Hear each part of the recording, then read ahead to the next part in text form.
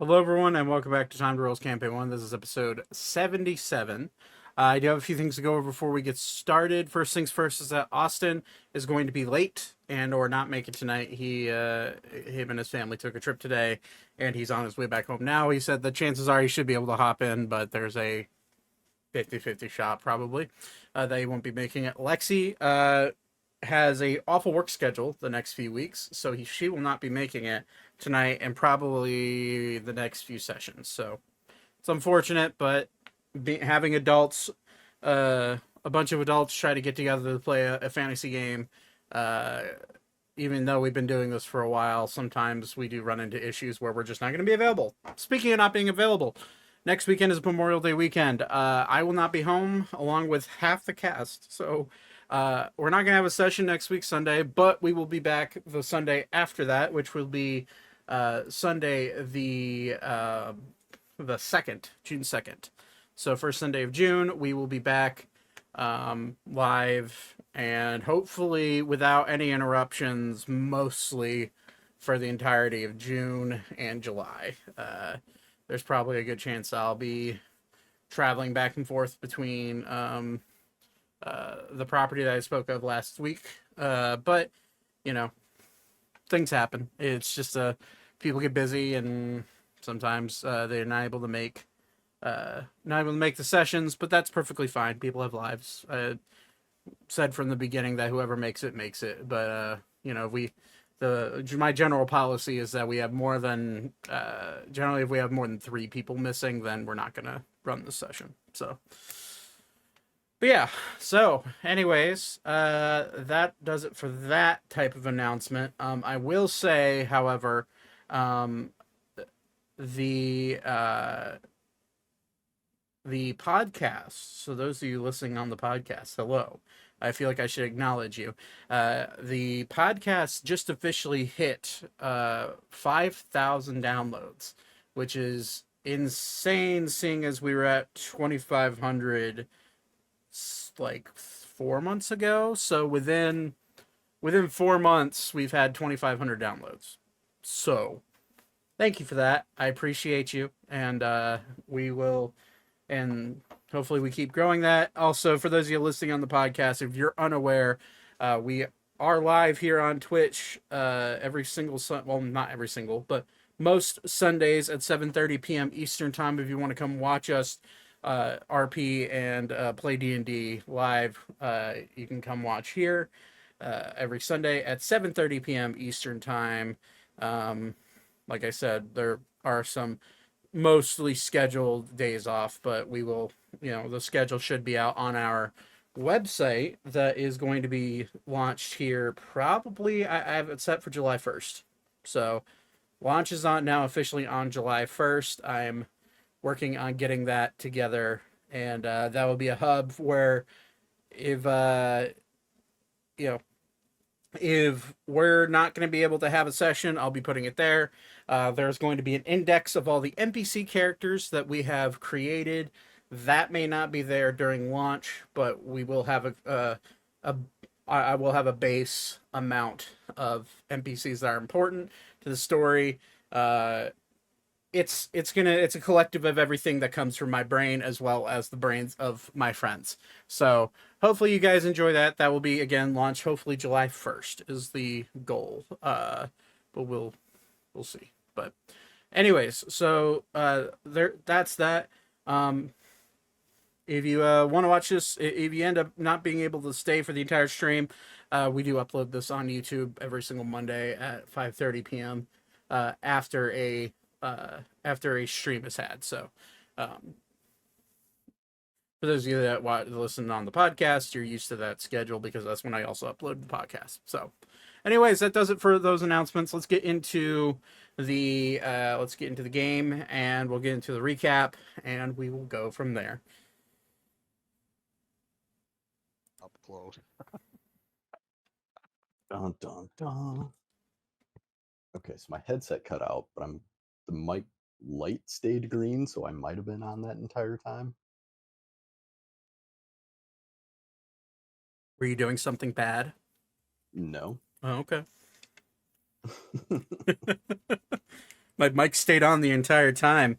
Does that cause for concern? No, it was actually you missed the context for that. I'm trying a new microphone because for some reason the mic on my wireless headset stopped working.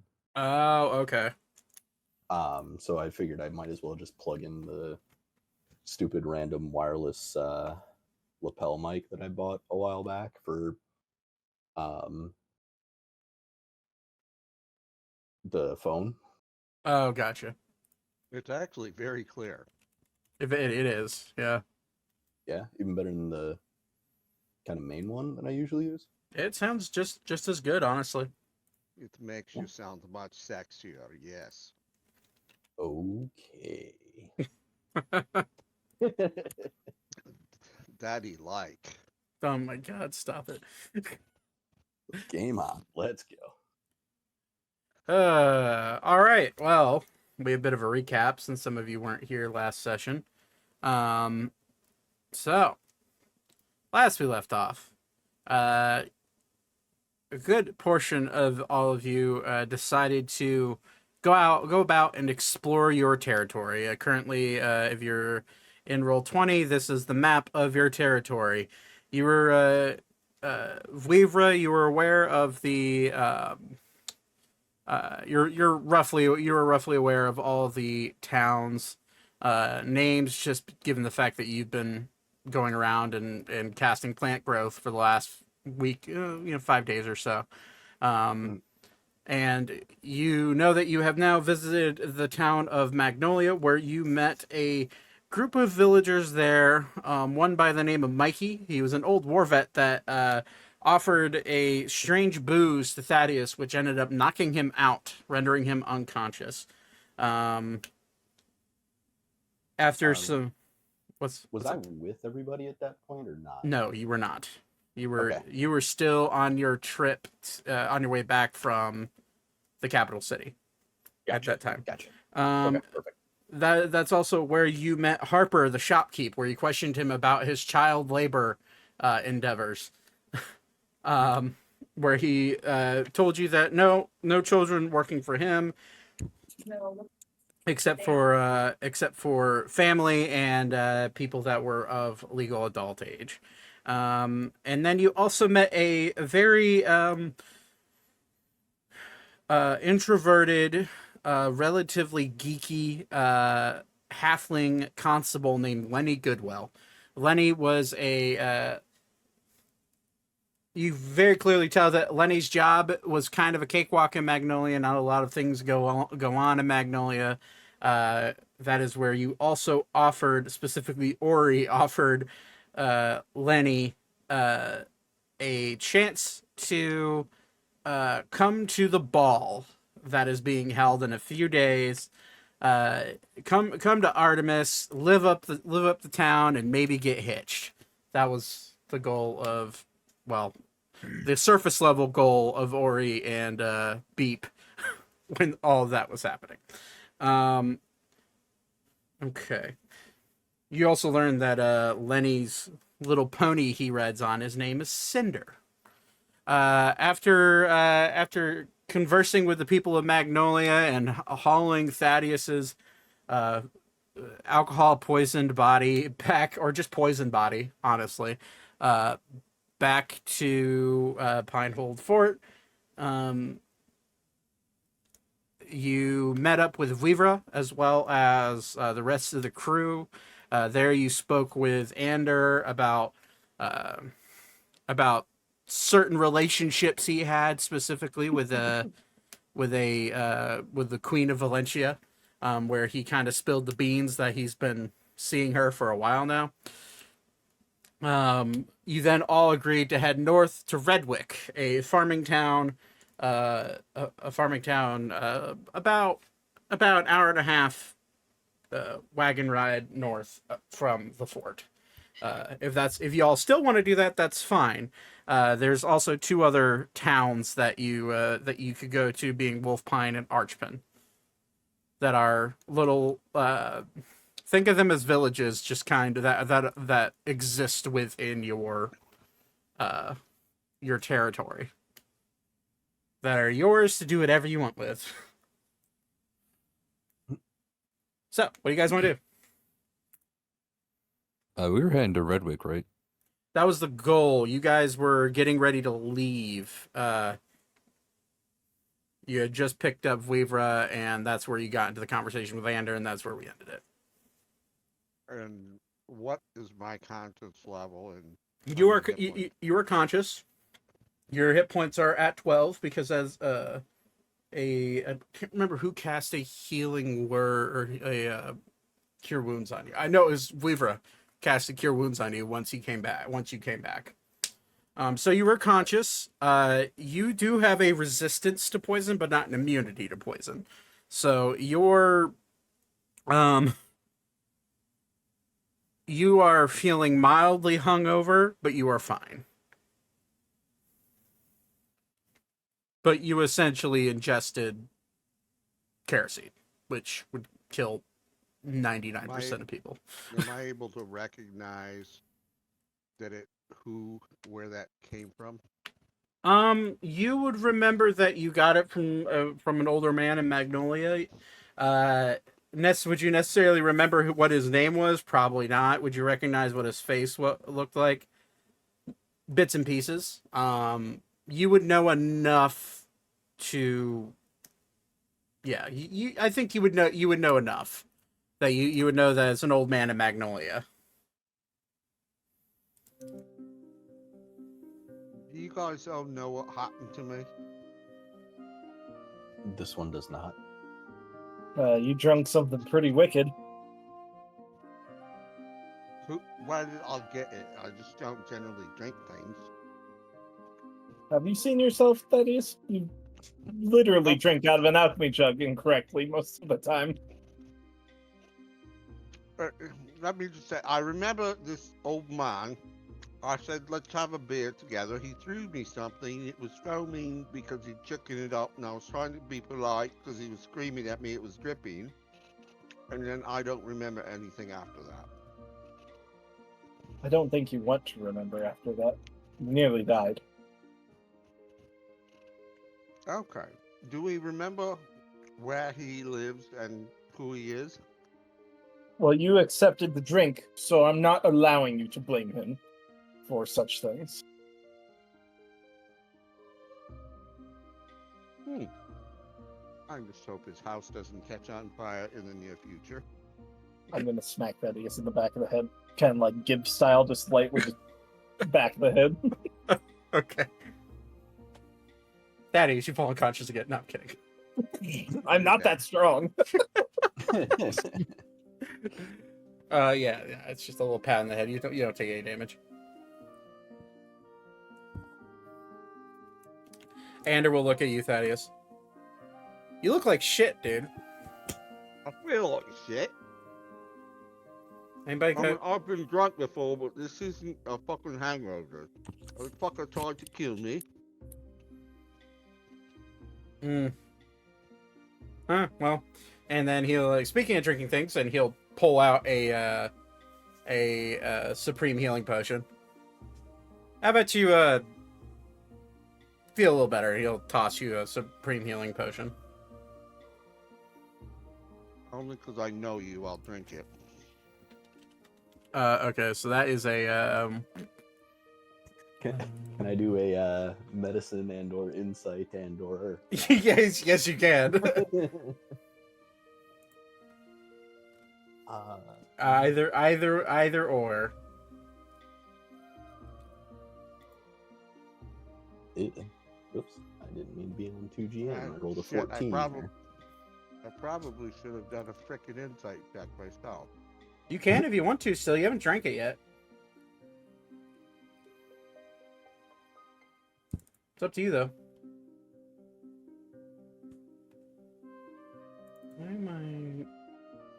Yeah. Yeah, you can roll an insight. It's fine. Insight. 16. It's Ander. He seems... I mean, he's a charismatic man, but he seems forthright. With what you rolled in medicine, it looks like a healing potion. It's in a roundish bottle, fairly large. You, with a 16 though, Todd, you have zero reason to disbelieve Ander for his word. He's generally been pretty forthright when it comes to stuff like this. I'm gonna drink it. Okay. Roll 7d10 plus 20.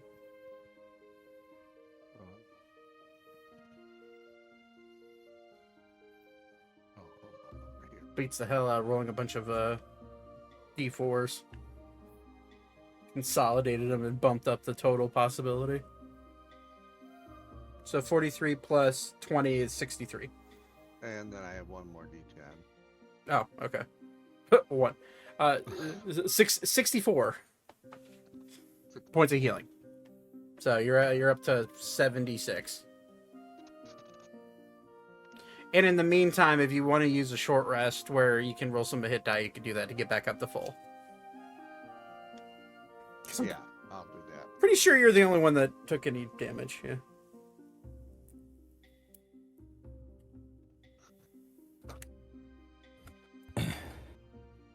And Andrew will look at you. Good, I'm glad you're feeling better. That'll be 5,000 gold, thank you. I'm kidding. Are we? I have a quick question. Yeah. Are we not doing the if you drink a potion as an action, you heal for full? Oh shit. Yeah, never mind. Todd. Thank you, Nate. My brain was not thinking that. So you just healed 90 points. Oh, no. So I'm full now? No, wait. 90 plus 12, so that's 102. Yeah. You might have a few more hit points. Yeah, okay. Much better. I mean, you can drink it as a bonus action. Yeah, if you want to roll, you want to use that roll. Thank you, Nate. No problem. See, this is what happens when we take a week break. My brain doesn't go full into DM mode.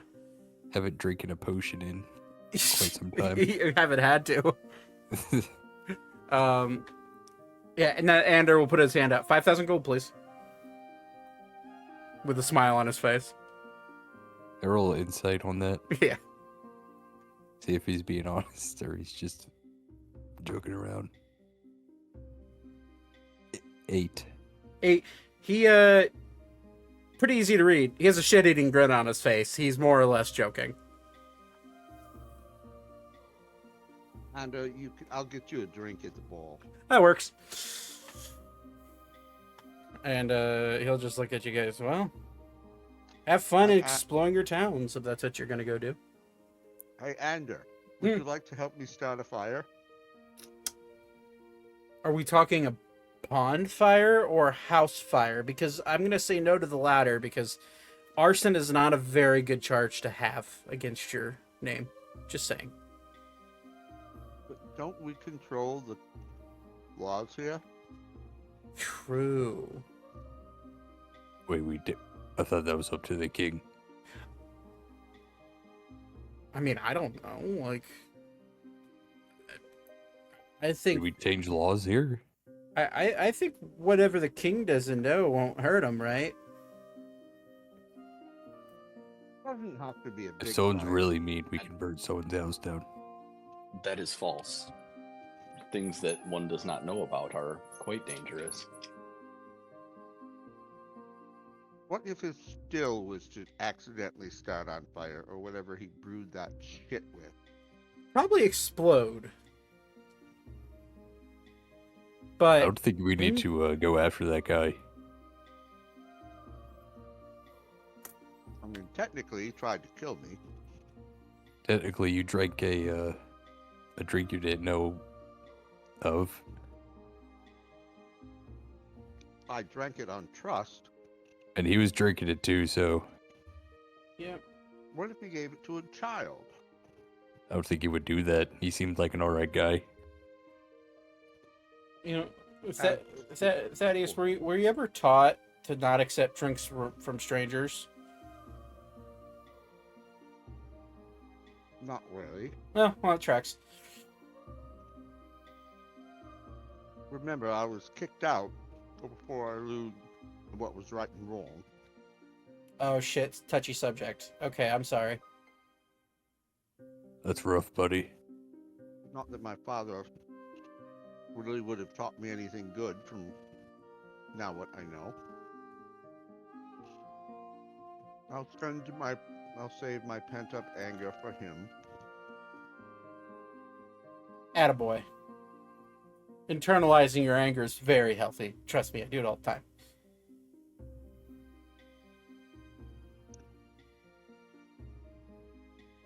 It's not as You guys admirable need you'd want to therapy. take care of our fleet What's that? and protect us. Andrew looks at you, very confused. What's therapy? When you hang out with a person, you tell them about your problems, and they help you fix them. Oh. Huh. Yeah, I don't think I need that. Yeah, I think you're perfect the way you are. Thank you. Yeah. That's very kind coming from you. I appreciate that. Or something. Ander, your ship. Yeah. Seeing how you are the admiral of our fleet, do you need any practice with your men to like drop some bombs at all? Thaddeus, if you're telling me you want me to drop a bomb on that old man's house, the answer is always going to be absolutely, but probably Very not. well. Probably can't do that though. Is one ship considered a fleet? We have two. I don't think that's a fleet. That's like a couple of ships. Don't- That's neat. Don't shit on my dream of being an admiral, all right? You're kind of already an admiral, but you don't have enough ships for a fleet to be a fleet admiral. Well, I guess we could just do what my dad did and commandeer a bunch of ships. Yeah, we could just steal a bunch. That'd be fun. That's a good afternoon. We Maybe could knock that out in a few hours. We could get some donkeys and make those ships. Wait. Are you guys want to become pirates? Is that what I'm hearing? I mean, I'm not against it. Listen, I'm willing to go back to that old lifestyle.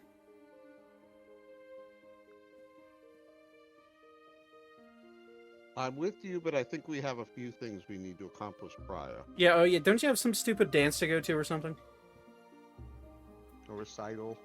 Yeah, I don't know. Apparently I'm invited Should I- to that thing as well, but yeah. Do you need to know how to dance at these things? I don't think so. I've gone to a few myself, but I just kind of got pissed drunk and hid myself from most of the important people. In Elka dance, I wonder. Mm-hmm. Of course I can dance. Dance. Yeah, she's nobility from Arun. As he You does teach like me- a little you teach me half-ass how to bow. dance. Do I need Hi. shoes? Probably not. These are the type of When I events I was don't think young- you could take your. I don't think you could take your weapons into these types of formals, though. I bet I didn't think so. Yeah. What if Wait, it's like yeah. religious? I'm just gonna smile at that comment. Andrew will roll a. Yeah, Andrew doesn't notice that smile at all. Granted, you still have your helmet up. Never mind. He has no idea you're smiling. No one knows you're smiling, asshole.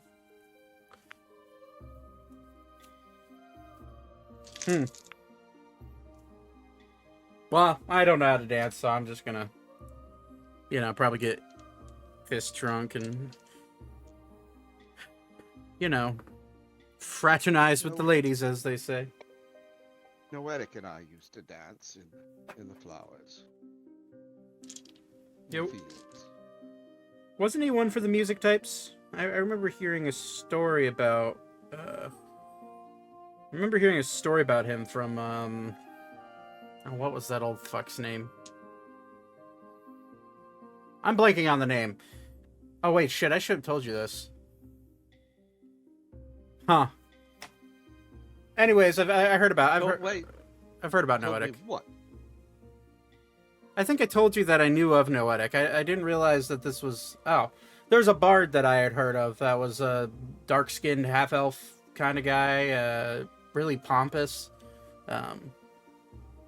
Heard about him playing. Maybe I've told you this.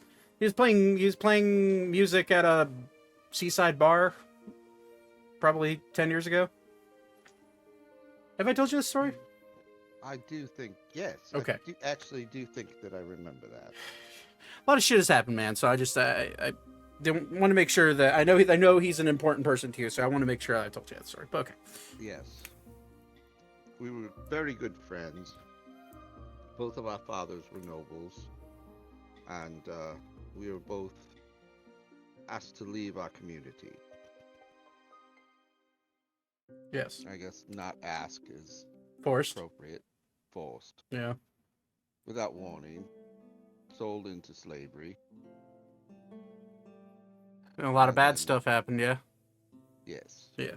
Things that I wish not say without risk of, somebody might hear it and then flag it. And All right. Stop breaking the fourth wall. That's my job. Is She-Hulk here? Looks to camera, smiles, winks. Anyways.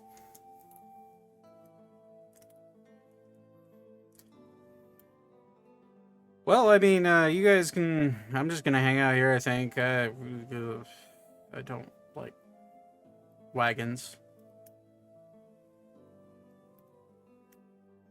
Sounds good. where's Elka? We should probably find Elka before we do much more and see what she's doing. And As she's standing right behind you. She's been here this whole time. I'm just gonna stare. Andrew just looks right Have at you her. been drinking again? I'm sorry, I was Points. poisoned. I'm just Bro, figuring look out my down. surroundings now. Like, But I know I'm short. I know it. yeah, but Thaddeus, you're not that much taller than her. Like, just look down slightly. Wow, that's offensive in so many ways, but I like it. You're welcome, I guess. No? I'm gonna At go. least this way. Elka and I see eye to eye on a few things. Is that a? Physically, yes. I don't.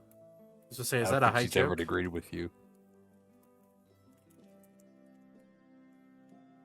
I do Can I like- stab him in the butt? The butt? If you want to, Just like a little poke. little poke. All right, roll the hit. I feel like Thaddeus is the most poked, punched, and stabbed Let's player see, character in let's, this. let's stab him with this one. That's a miss. Can I Wow. help? Does she get advantage if we're flanking? Are you attempting to I am attack behind Thaddeus? Thaddeus. So if you're in front of Thaddeus, Yes, but Ori, are you being an active combatant against Thaddeus right now? He's I think he's always been an active combatant. I'm gonna shove him a little bit. Does that count? Roll again. Yeah, that hits. So, you're not trying to really hurt him. Okay, you're actually trying to hurt him. Fuck. Did you roll a natural 20? No! She just rolled 12 and a 7. That's 19 points of damage. Ow! he's fine. Damn it! She did just poke you in the butt, though. You feel, Thaddeus, since actually, I don't think you've ever used this on a person before, Elka. At least not to my knowledge. No, wait, this is your ice rapier. You have. Yeah, it's not Calypso. Okay. Either way, okay, so Thaddeus, you get poked. Obviously, you feel searing pain, and then the ice starts to cool off the pain, and then the ice slowly seeps into your wound and starts to burn. Oh!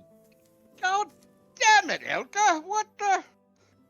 I'm gonna hide my rapier behind my back before he can turn around and be like, "Man, the bugs out here are huge." Roll a deception check or a sleight of hand, and Thaddeus, you can roll a You could roll a insight or perception, your choice. Oh, that's a terrible roll. Do I have anything that I can use to re-roll that? No.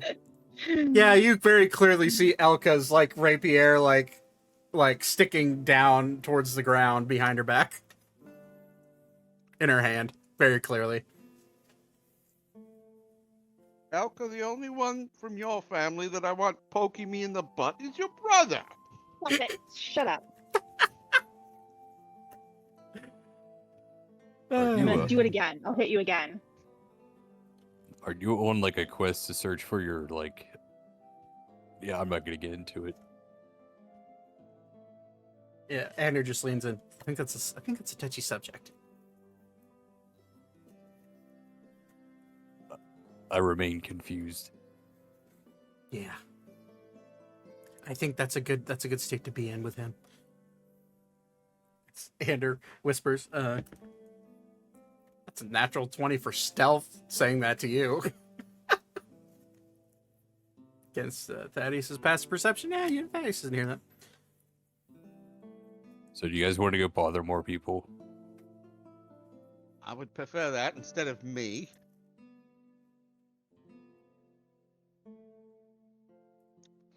Okay. Glad I didn't have my good pants on. You have good pants. I think you wear the same kind all the time. I've never seen you change. Except that like Yes. one time. Yes, that's my good pants, the ones that I don't wear because they're formal pants, the ones that Zane's parents bought us. Does Thaddeus have a hole in his butt now? Yes. Yes, he does. It's iced over. Yeah, I mean, there's a little bit of like, Ouch.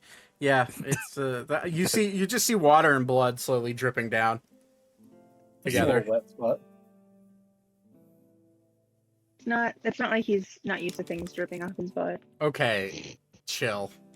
Like Fucking what? hell. Yeah, like what? I don't Say get it. Say it. Coom. Jizz. Yeah, you're not wrong.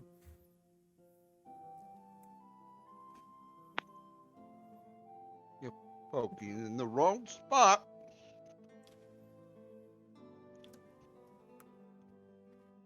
All right, I'm going now. Okay, are you guys going? All right. Let's go. All right, so you all pile in to the wagon of Weaver. Are you getting in the wagon or are you flying? I don't know how many wild shapes you have. I'm out of them for today. If this is the same day that I came back from the, Yeah, it is. yeah. So I'm in the wagon. If I'm going at all, I'm actually dealing with Uber support right now. So. Oh, understood. Yeah. So I will probably duck out of this scene. So I will stay at the castle. Okay. So, you four hop into the wagon and you take off towards Redwick. About an hour time passes where you're riding along open wheat fields to your right and relatively dense forest to your left. You start to be able to smell the sea, although the sea is ever prominent pretty much along this road. And you do find yourself in a small agricultural town named Redwick. You pull up, there's about 4 or 5 houses and one large, like almost like a central barn that has multiple stables and it looks to be almost like a livery.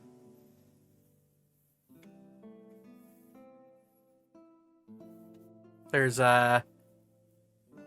currently, sorry, I had to pull up my my Redwick page. There's currently 3 or 4 people. Why I say 3 or 4? It's hard to tell. One person seems to be walking and has 2 heads. You see 2 heads, but only one body, and they're walking next to each other. So it's hard to tell from that point of view. But there are 2 others.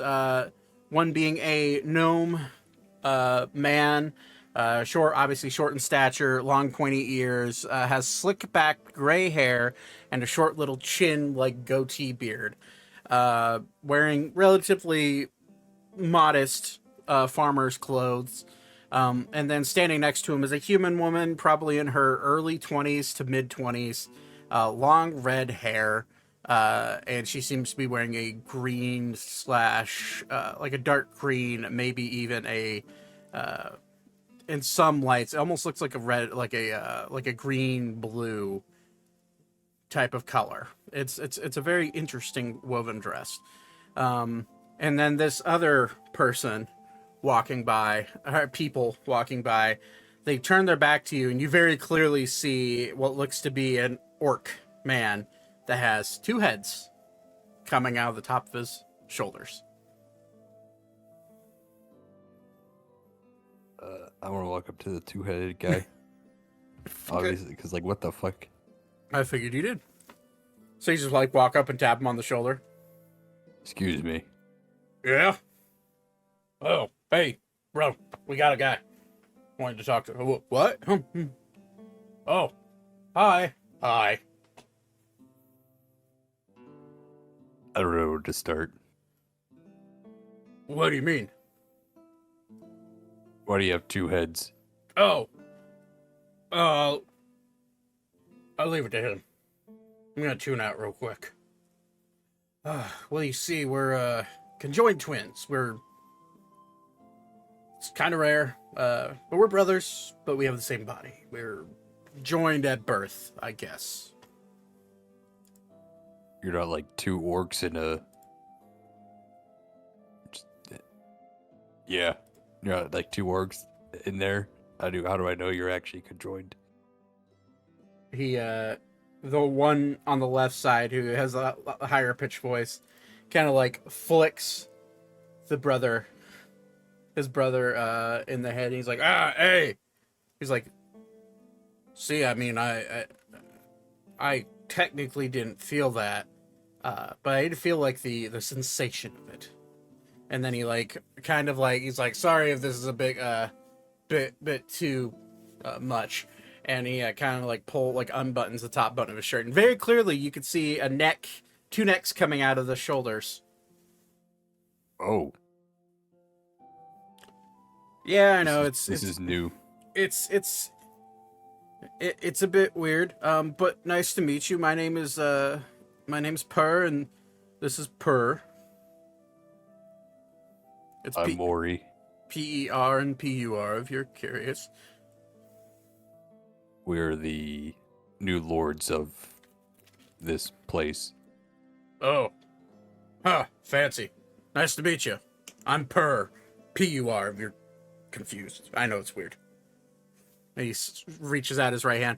He says, yeah, I'm Purr, and he reaches out his left hand. Both hands are out.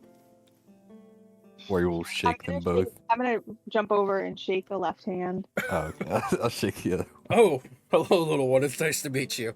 Oh, yeah, it's nice to meet you as well. Greetings. I am Elka. I'm also I'm one of the Lord ladies. Oh, well, nice to meet you. Nice to meet you. Can a lady be a lord, or is there a different term for that? I don't know. I don't know either. I've never been a lord. Neither have I. Yeah. Do you want to be? Yes. All right, I'll see what I can I do. think it doesn't matter. I mean, you just call yourself a lord. Okay. Wait, you can? Yeah, I mean, why not? Who's gonna stop you? Hey, Purr, we could be lords. Yeah, You just can't be lords of this place. That's our okay. thing. Well, we You can can't. be You lord could be of lords like. of your own house. Well, we're kind of. We can't leave Redwick, so I guess we'll just be. Why? Oh well, we're kind of indebted to the old man that runs this place. What'd he do? He took us in when our parents died. Yeah, nasty business. Oh, sorry to hear that. Oh, it's fine. we grew up all right, I think. So what can you tell me about Redwick? They both heads kind of look around. One head looking right, the other looking left. Seaside agriculture. Yeah, seaside agriculture. That's it. It's we. Does the town do anything? I mean, we have. We sell horses to travelers when they come through, and we raise cattle, and I plow the fields, and Per plants the seeds. Cattle? You raise cattle? We do. I'm Thaddeus, by the way. Nice to meet you. Are you also, Lord? It's Unfortunately. confusing. Oh, Yes. Yes, I am. Lords of two different houses. Formerly of one, and now of a new. So just one. Anyways. Yes, just one. He can count. Do you... Well, no, you said two, and then you just took it away. I heard 2 minus 1 would be 1. Sir, do you have milk here? Fresh milk. we have some dairy cows, yeah, so we could get you some milk. There is my idea to make cheese. Cheese. Oh. Yeah, you can probably do that. Yeah, I think you could probably do that. Oh, seems like a good idea. We will require, or ask, politely, that the milk that is not used within the community be sent to our fortress or our keep, where we will hire a cheesemaker to make cheese, which will be spread out through the communities. Oh, If there's any okay. left. Do you want it? He points at the dock over that has like a modestly sized, like tiny little ship. Do you want it delivered down at the old docks down there, or do you want us to take it by wagon or horse, or how do you want it? Wagon or horse, or one of our airships may come pick it up. Oh, that was you guys. Oh, interesting.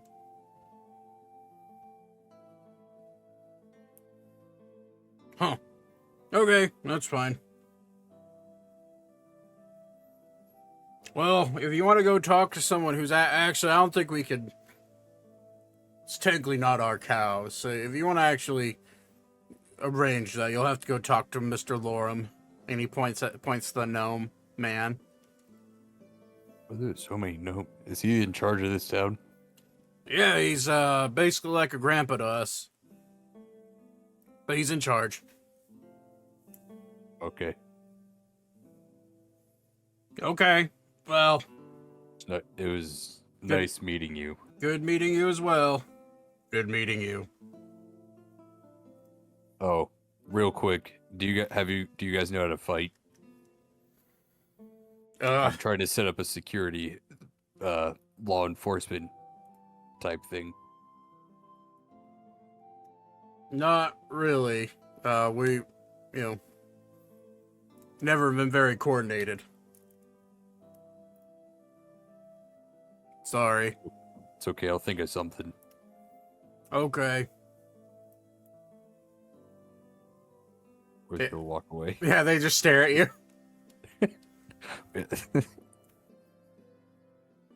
Just gonna walk up to the gnome. Yeah, he's currently talking to the young lady, the young lady with the red hair, and you overhear him saying, "I've heard we have, I don't know where they are. This new airship that just flew over is starting to bug me. I wonder if the king has assigned new lords and ladies to the old fort." I just hope they don't tax us too much. Or he's gonna stand behind him, breathing heavily. And you just see the young woman kind of like look up at you like, ah, okay, and like taps the gnomish man on the shoulder. My Gramps, you gotta. There's a man behind you, a very large man. What? And he like turns. Oh, hello. Greetings. I don't recognize you. Are you traveling through, or? No, I'm sorry. Nice to meet you. My name is Lorm Huddlebug, leader of Redwick. I'm Ori, and I am the new lord, as well as these other individuals. His eyes kind of go wide. Oh, I suspected that there might be new lords coming in, seeing the airship fly through a few times. And the odd, I can't say odd, but the lizard man that has been going around and casting spells on our crops.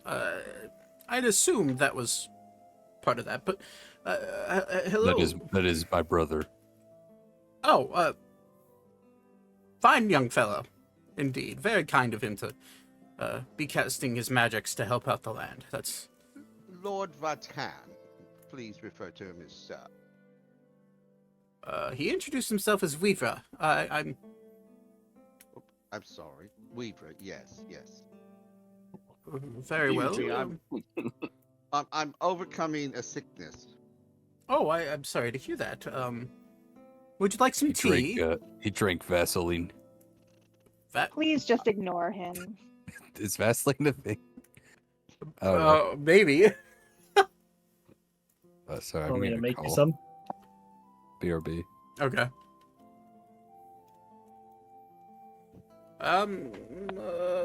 So how can I help you?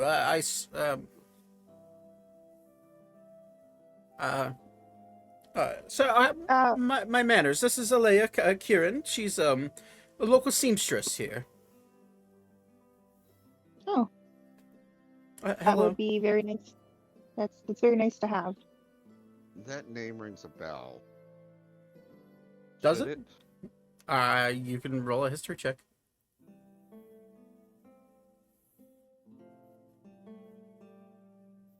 $14. You've heard the last name Kieran before. Kieran is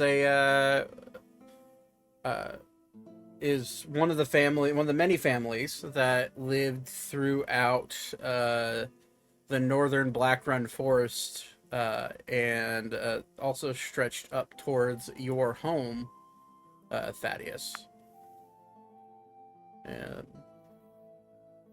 You've heard that last name, but you don't know any prevalence to it. You just know that the family moved in sometime in your childhood, similar, and you knew that they were half-elf in nature. Generally half-elf. There's some human. You knew that... I'm sorry, it wasn't the Blackrun Forest. It was the Emsford Forest. They moved to the north edge of the Emsford Forest, somewhere in the Ixora region, which is one of the large port towns on the northern side of the Zagreus region of Sylvania.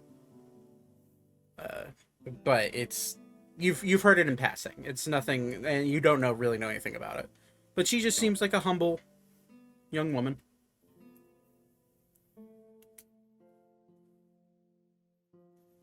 Nice to meet you. Thaddeus Sterling. Sterling. The name, your last name, sounds familiar, but I cannot point a finger in the direction of why it sounds familiar. Oh, I've heard your name before. That you're the, are you by chance related to the Sterling family in Auburn?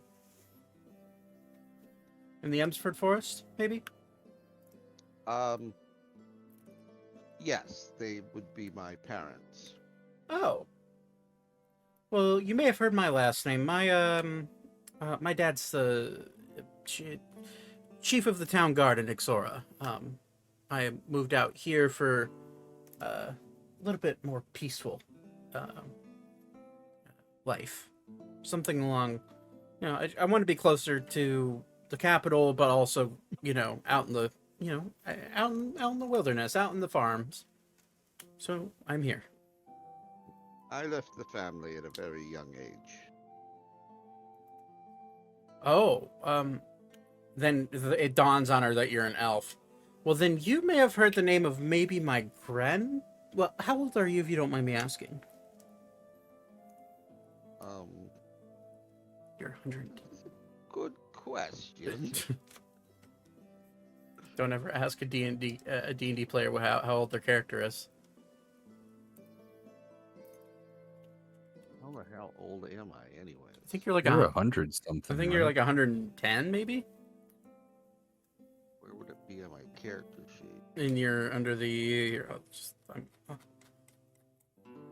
To answer that question, it's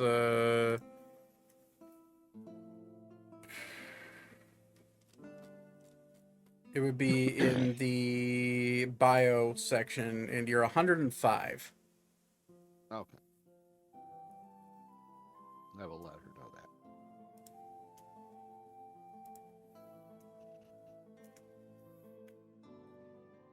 that. Oh, well then you probably maybe have heard the name of maybe my grandfather, great-grandfather, perhaps.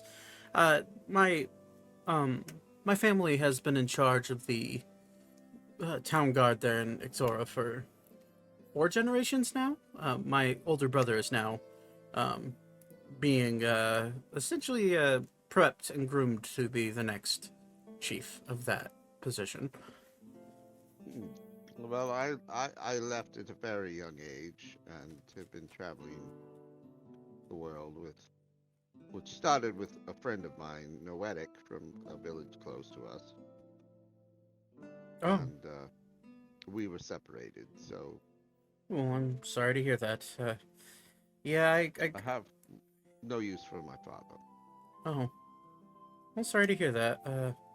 Kind of in the same situation with my own dad. He's kind of the forgotten middle child, daughter. My younger brother became quite a warrior at a young age, and my older brother was knighted by the king when he was 18, and here I am, just the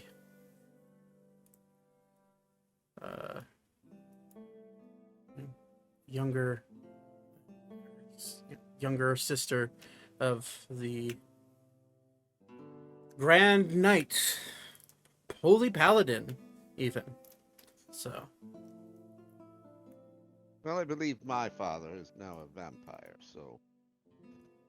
That's what I shall deal with at a later date. That's interesting. I'm sorry to hear that. She just kind of looks for help because that seems like a touchy subject. Anyways, Lorem, I believe it might behoove you to maybe speak with the new lords of the area. Yes, you're right. My lords, is there anything I can help you with?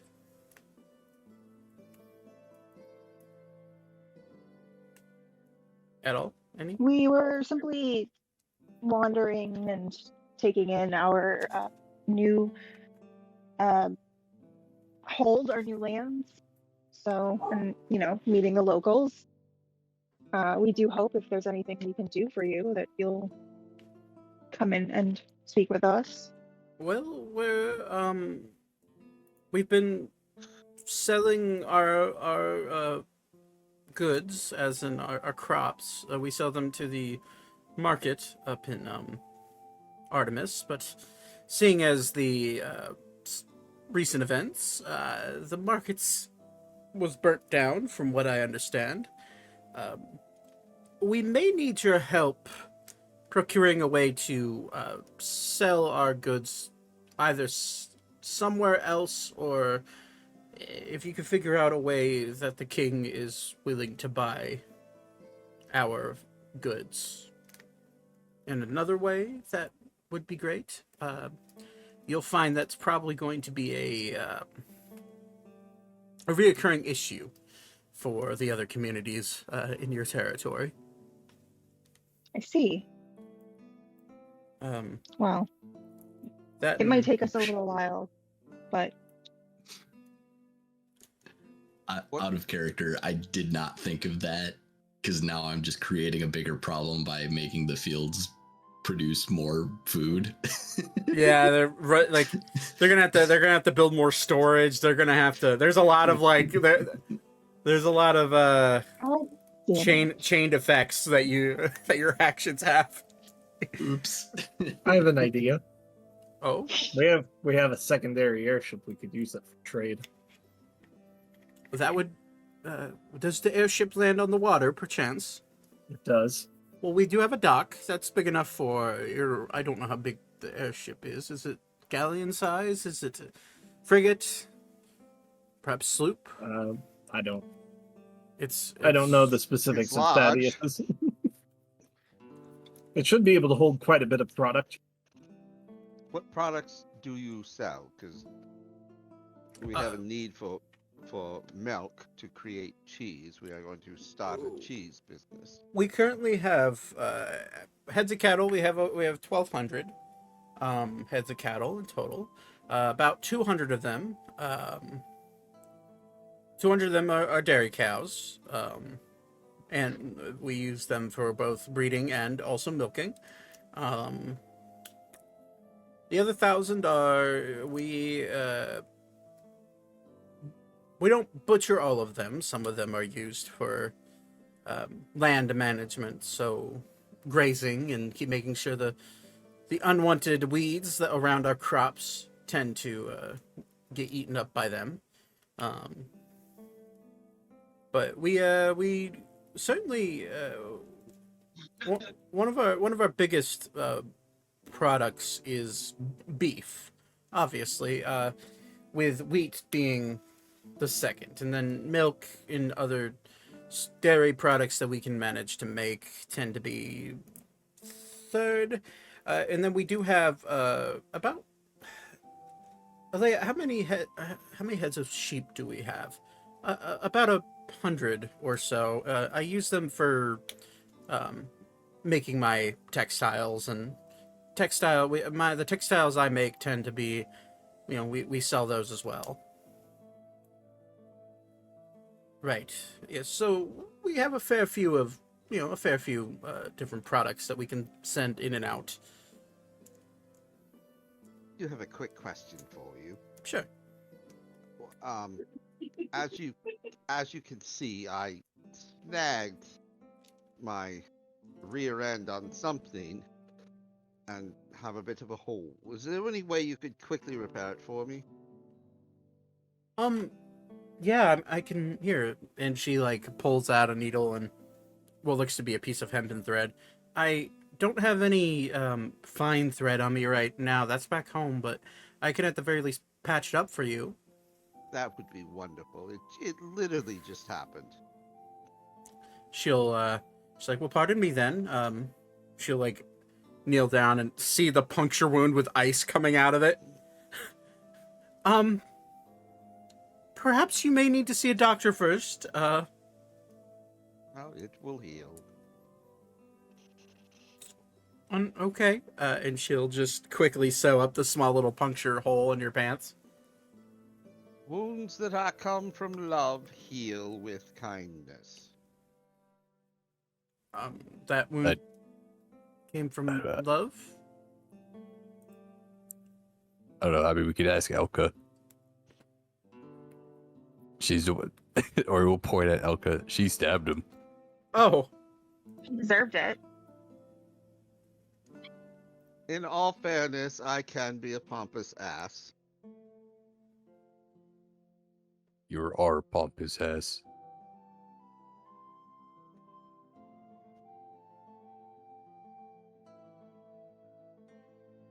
So, anyway, we're raising your taxes. What? What? Can I ask you how much, sir? I was talking with one of my other colleagues. We were thinking maybe 15%. His eyes widen. We were only being charged 5 for our products before. We are going to help expand the product range around here. Yeah, so I mean, you'll still be making the same, or probably more Probably at some point. More at some point, but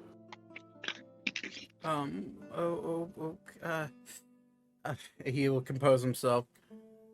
That's a lot. also we're starting a law enforcement, because I don't know about you, but it's very not great right here. I just stopped at the what's Magnolia. I don't no the title for the Constable. the constable over at Magnolia was discouraging. A bumbling buffoon. Yes, I agree. He's a good-hearted man, but he doesn't do his job very well. He's a nice guy, but at the same time, that's the saddest man I've ever met in my life. Yeah, I tend to agree. He was saying he's never been with a woman. I felt so bad. So we're taking him to the ball. Oh, are you? That may be good for him. Do you want to come? How many fucking people are you trying to bring here? Are you married? I was, yes.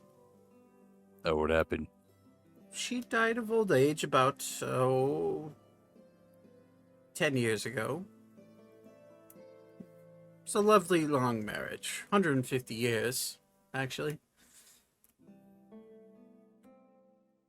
I can't even count that high. Oh, you see a look of, like, deepened concern the second you say that. Because you just said 15% tax. And he's just like, you can just tell he's like, what? The Lord doesn't know how to count? It's very obvious on his face. I know how to count. I can't count past, like, 15. maybe 100. That's good. 100 is a 100's a good number. Yeah. Right. I'm not really sure on percentages and things like that. I thought 15 was a good number. And my lords may not have been clear when we say these taxes have to be necessarily monetary. Products such as milk, which we need to make cheese, could be part of those payments. Oh, like a trade. That we can do. If you need milk, we can provide that, and if that... Actually, that does sound good. How about this? Do you have anybody among you? I assume you have people among you that are willing to write up official documents and signatures and all of that, correct? Indeed, we do. Okay. The only reason I bring this up is the last Lord was very hands-off. Lackadaisical, if you would. He would not as much as lift a finger to sign the paperwork or help us in shipping our goods to Artemis, or he just kind of used the fort as a summer home. So I just would like to get out ahead of that. All of you seem like relatively level-headed people, and I think it would be amazing if we could, as every town in the territory could come together and have an understanding of what what moving parts you need to make work and what we need, and just have it all in writing so everyone is held accountable. The cheese tax. The cheese tax. The biggest understanding is all of us are a group that is gathered of possibly misfits, but we've all come together and realized that we're stronger as a community. And as we were given this opportunity, we believe that we need to build a community, and you are part of that, and we expect a contributing part of that. I think misfits is the most underwhelming way to put us. We've done horrible things. You have? Well, In the relative. name of good. Yeah, remember those little reptile guys that we thought kidnapped Ori. our little goblin friend? Ori? Listen, we put down a whole gang, but they were Yeah, do you bad remember people. what we did to that gang? They were bad. It was awesome. people, You Ori. want to hear about it? Look up for the Roll a persuasion check. You can do it with an advantage because you have the entire group here trying to levy in. I think my persuasion. Oh yeah, I got +6. Oh, advantage. Okay. It's less about what we did and more about the idea that we can protect you. Dirty 20. He looks at you.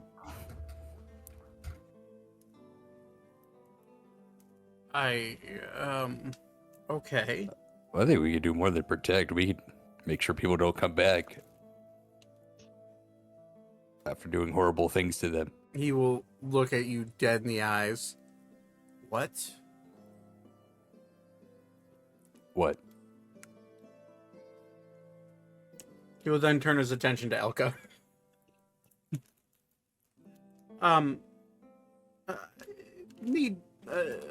I think it would bring a peace of mind to everyone in Redwick if we had an agreement with the lords put in place in writing. Is that fair? That's very understandable. We can go over We will have someone draft up, and perhaps we'll send word when we have something ready for you to review. Very well. That is more than fair. As he kind of like shifty eyes looks at Ori. Yes. There's something wrong. You were speaking of potentially a police force, correct? Yeah, something like that. Well, we don't have many folks in the way of young men here. We do have a few that are hunters that won't necessarily serve well as official constables or any along that line, but they are willing to, I mean, they know these lands very well, and they are strapping young men that could help out when needed. Strapping young man. What is your population, if I may ask? In Redwick, we have 33 people. At least one of them can swing a sword, right? Oh, we have That's a cool spell. we have 8 young men under the age of 25, and then one older fellow. I wouldn't call him old, but he's in his 40s. He's retired.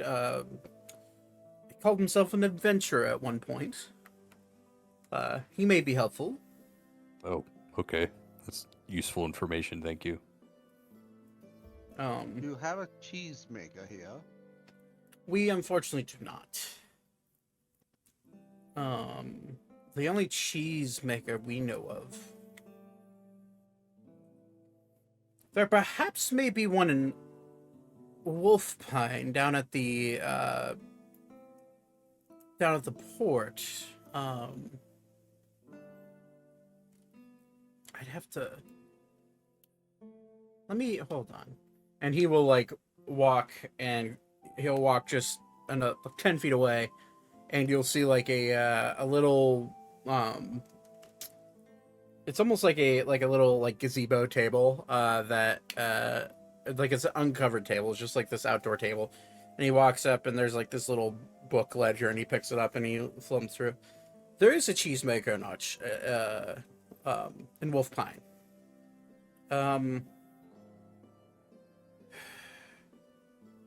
All I have written down is that his last name is Omelette. Omelette. Very well. Mr. Omelette. So, no description either. So, I'm sorry, but I guess ask around if you plan on heading down that way. And do you have anybody that understands the principles of breeding animals? Oh, yes, we do. Donkeys in particular. Well, most large beasts of burden are relatively the same. We have bred horses in the past. I'm looking for potentially a young man that's interested in ass breeding.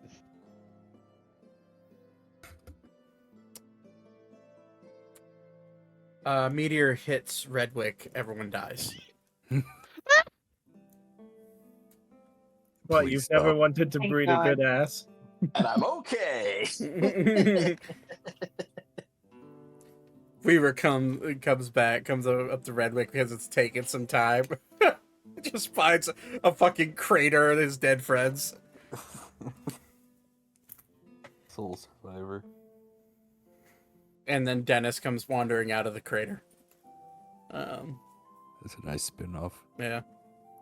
I know, right? I've purchased 2 donkeys, and we'd like to make, I don't know what you would call it, a fleet or a herd of... You want a herd of donkeys? A pack of donkeys. From my friend here. A bunch of jackasses, if you would. You just see him like every joke you just see is like his willingness to live just slowly leave his body. I'm willing to pay. I know there's a stable there at the fort. I suppose we could send let me see who would be available, who's not currently out in the fields right now. No, not Asher, not Benjamin, not... Oh. Horath isn't doing anything. Yeah, we could send Horath down there. He's relatively proficient in, animal breeding. He helps with the calves every year. And he's like, hold on, let me see if I can find him. And he'll like look around and not see him. How about this? I will send him your way whenever I find him, and he will just have to deal with the fact that he's not going to go come work for you. Well, that's very good. Tell him to look for Thaddeus in regards to ass breeding.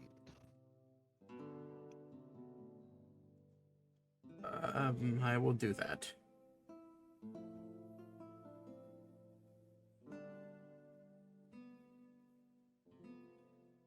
Anything else I could do for you? I'd like to meet these young men who could be warriors. They're currently out in the fields, tending to the crops. There's no real good way to get a hold of them, unfortunately. He just kind of looks. He looks. Are we within shouting distance of the fields? I mean, so if we zoom into Redwick here, you guys are like at the dead center area near the barn, like rounds about like here. the fields are like the edge of the fields are shouting distance. Whether or not they'll hear you is, I mean, that's from one edge of this field to the other.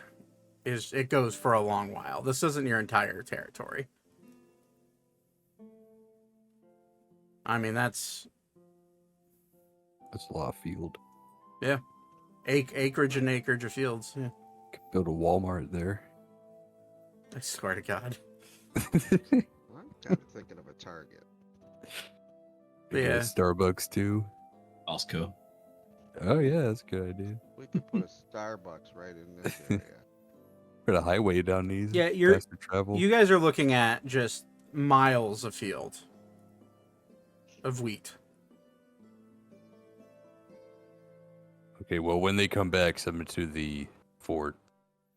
I will. I can. Pick out your 10 best, strongest. We have 8 young men. Well, we're asking for 10. We have 8.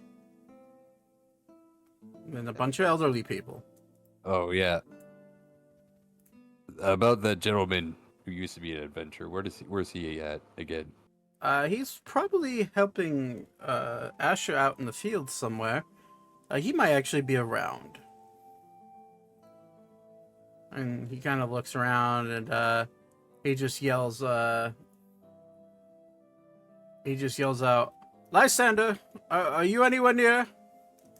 And you hear a voice echo out, "Yeah, boss, I'll be right there." And waltzing up is a human man, probably about 6'5", big guy, very well built. Has he's missing an arm, but he has like a hook, like a prosthetic.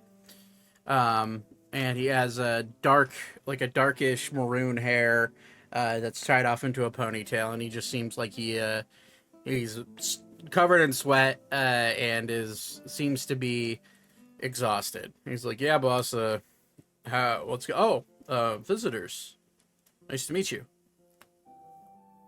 My name's Lysander." And he kind of like looks towards Lorem for like a bit of like assistance, like what's going on here. I'm Ori. Ori, pleasure to meet you. How? That is. I'm looking to start a police force. Was wondering if you'd be interested in joining. Oh, my fighting days are over, as he kind of points at his arm.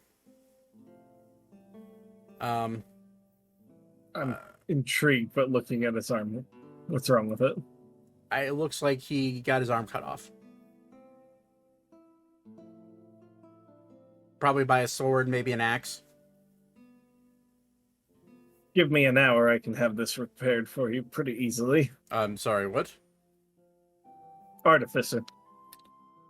I can make you a new hand. Okay. You make that do like a cool cannon or something? That'd be badass. We should introduce ourselves, sir. We are the new lords of the area. And Oh. our goal is to bring community together and also to build a protection force. Well, that's pleasure to meet you. I guess I suppose I should fully introduce myself. I'm Lysander Viren. I'm from the Valentian Empire, but I moved here to Savania back in my younger days. I was an adventurer, and up until I lost my arm. Tried to continue after that happened, but I learned fighting with a prosthetic is a bit hard, difficult. But I retired out here to Redwick, and I've been living a simple life since. You said you could fix my arm, as he looks at you. Yes. Good as new. I'm just gonna I haven't made anything today, so I'm gonna just turn around and whip up a magical prosthetic arm for him that fits. Put it on. He takes off the hook. It'll make more sense in a second. He puts it on, and you just see a little bit of a glow of magic, and his fingers start moving. What in the God's name is what? Daneron Artificer. He just looks apparent lord of this land. He just looks at you and immediately drops to one knee like a loyal servant. My lord, I don't know what I did to deserve this. Thank you. Is it me, or should we all agree? I think we found our new constable.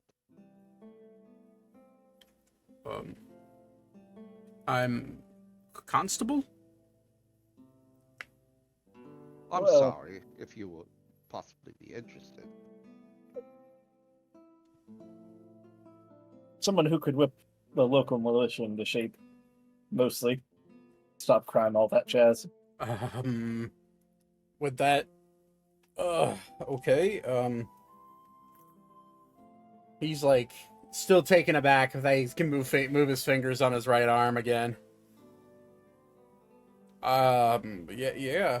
Whatever you need. I won't leave my home. I hope you understand. I have a wife now. No need to leave the land. You can live here. Just whip the local militia into shape. If there's any crime, let us know. We'll sort it out. Oh, yeah. I can. Arms training with the younger ones. I can. Yeah. Hold on, and he will give me a moment, and he will run back to a smaller cabin on the backside of the town. And he'll walk out with what looks to be a great axe on his back. Ooh. I got one of those. Or we'll whip out his. He pulls out his for the first time in a long time with his right hand. And he looks at you, looks at it, and smiles. His axe is beautiful. It is the metal on it is it's plated in a weird, almost like a blood red metal, with a very fine, sharp steel edge on both sides, and then it has kind of like a charred look on the blade, on the reddish metal, almost like a pulsating flamed burn mark in the metal. It's it's been a while since I think I could do that. Appreciated. You wouldn't happen to know any nearby local smithies that would be willing to relocate, would you?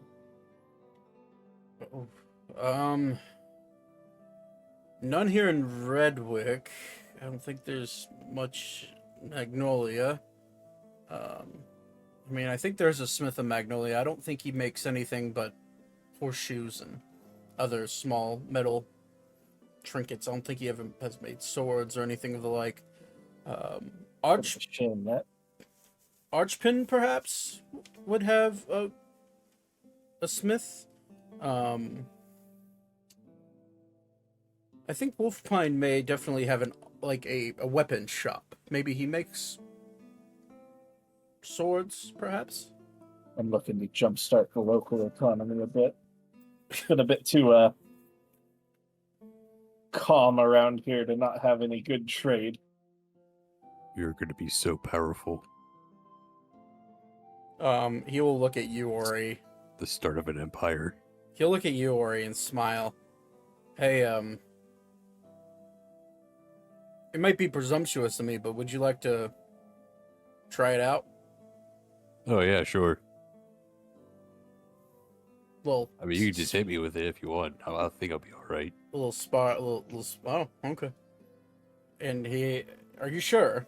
I've grown a bit. I haven't fought. I haven't actually. Jose, I haven't killed. I mean, fought anyone in a few days. Right. My skin is growing soft. He's going to. He's like, all right. Well, if I have your permission, and he'll look at everybody else in the group. Yeah, go ahead. No battle to the death. You will stop before death. Well, not bad. He's just gonna hit me once. He will plant his feet. You asked for it. Wait, shit, Zane, how's the hydraulics in that thing? You'll find out. You start to see his muscles start to bulge out of his out of his clothing. You'll see like his face turn red, and he's going to rage. Shit. And he's going to take one hard swing at you with his blood axe. You asked for this, Nate. I just want to remind you. That's a natural 20. So that's 2 Bruder criticals. I'm gonna pull out my cell phone. I'm gonna call for Weaver. So let's say Call 911. but not for me. Oh boy, Nate. I hope Ori lives through this. Fuck. Okay, plus a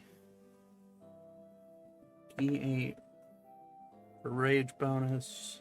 That's a D10 actually for him. Rage bonus. Okay, same roll anyways. So it's plus 2 Bruder criticals, which adds another 2d12. So that's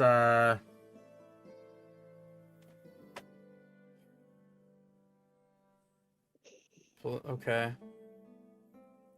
With one swing, he comes down right on your swings down pretty much on your level with your right shoulder, and he cuts into your body. You feel searing pain. Your blood starts to boil as you feel your fur start to catch on fire. You see the blade enter, and where you think it'll stop, it just keeps cutting downwards, getting to the point where it almost cuts your arm off. And you take 98 points of damage.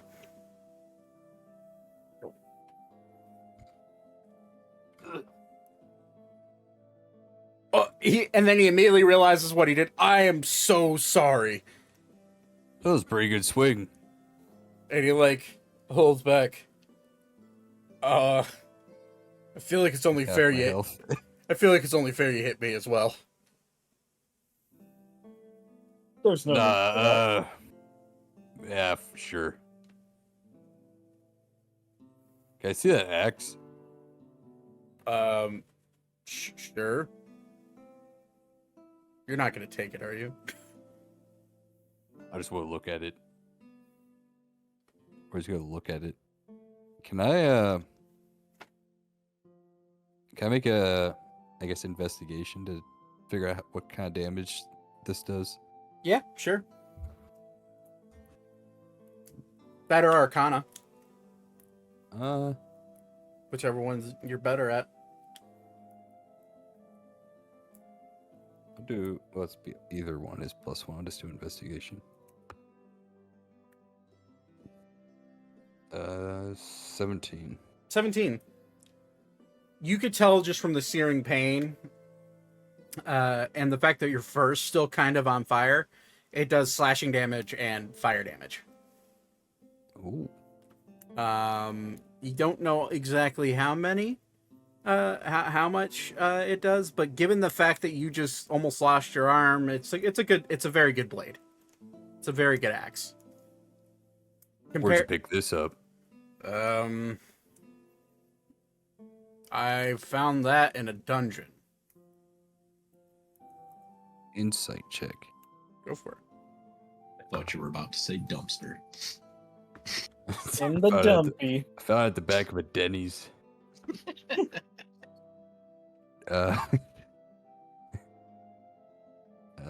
13. He rolled There was a Walmart shit. nearby. He rolled like shit. Very clearly lying. Well, if you don't want to tell me, that's fine. I was stole it. just curious. Well, I don't judge. I stole it when I was 19. That's fine. Some local lord decided that they were gonna attempt to take my younger sister as a concubine, and well, I kind of stole his axe and scared him a little bit. Persuaded him to not take my sister. Well, that seems justifiable. I mean, we as a collective, and or will just gesture to the rest of the party, have done horrendous things. You gesture with the axe in your left hand because your right arm is completely limp. Oh shit, my arm's not moving. Anybody have healing potions or Can we say that I walk up about now? That's perfectly fine, yeah. I'm just gonna look. And I not did Oh, say hey, say a Brie, word. I'm not gonna say a word. I'm just gonna look at Murdoch. Nobody asked your opinion. I'm gonna drop a 5th level cure wounds into Ori. I see you got my text. Starts his where his knuckles were on the ground because of how far separated his arm had become. You just start to see it slowly zip itself, literally like almost zip itself back up, to where it's functioning. You still have the damage though, so 29 points of healing to you. I'm back to 110. You currently have more HP than I do. And you just took 98 points of it damage, Nate. What the fuck, man? Or he's gonna use second wind. Oh, that's just a D10 plus. Your fighter level, 11. I think. Yeah. Yeah. Where's my D10s? There it is. Can I have my X back, please? Oh yeah, sorry. Yeah. Well, anyway, you see, I think it's you see the blood that your blood and the axe start to absorb into the metal. that's freaky. Yeah, the blade has properties where it's a blood axe. That means if it absorbs iron, it can fix itself. Does it get any stronger? Not that I've seen.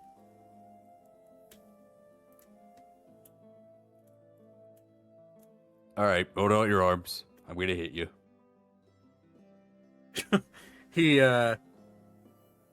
just like puts his axe on his back and just like almost like flexes his right arm. Or he's gonna aim for his good arm. Fixed. Oh, he'll flex his left arm. Yeah, he'd actually do that. He'd flex his left arm, his good arm. No flexing, no cheating. I didn't flex. Wait, you weren't flexing? No. He'll look perplexed because he didn't realize how much of a shit brick house you were. I go to the gym.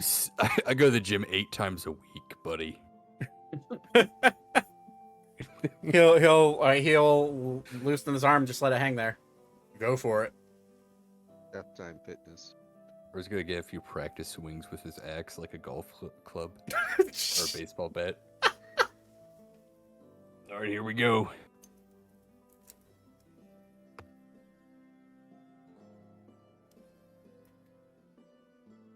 I also crit. at Oh. 19. Oh my god.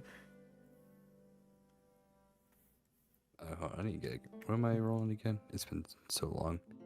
Brother, 3d12 plus a d6 plus 6. brothers through blood sport. This is like the most brain dead shit. It really is. I'm just gonna hit that. Now you hit me now. preemptively. Let's see who can hit each other harder.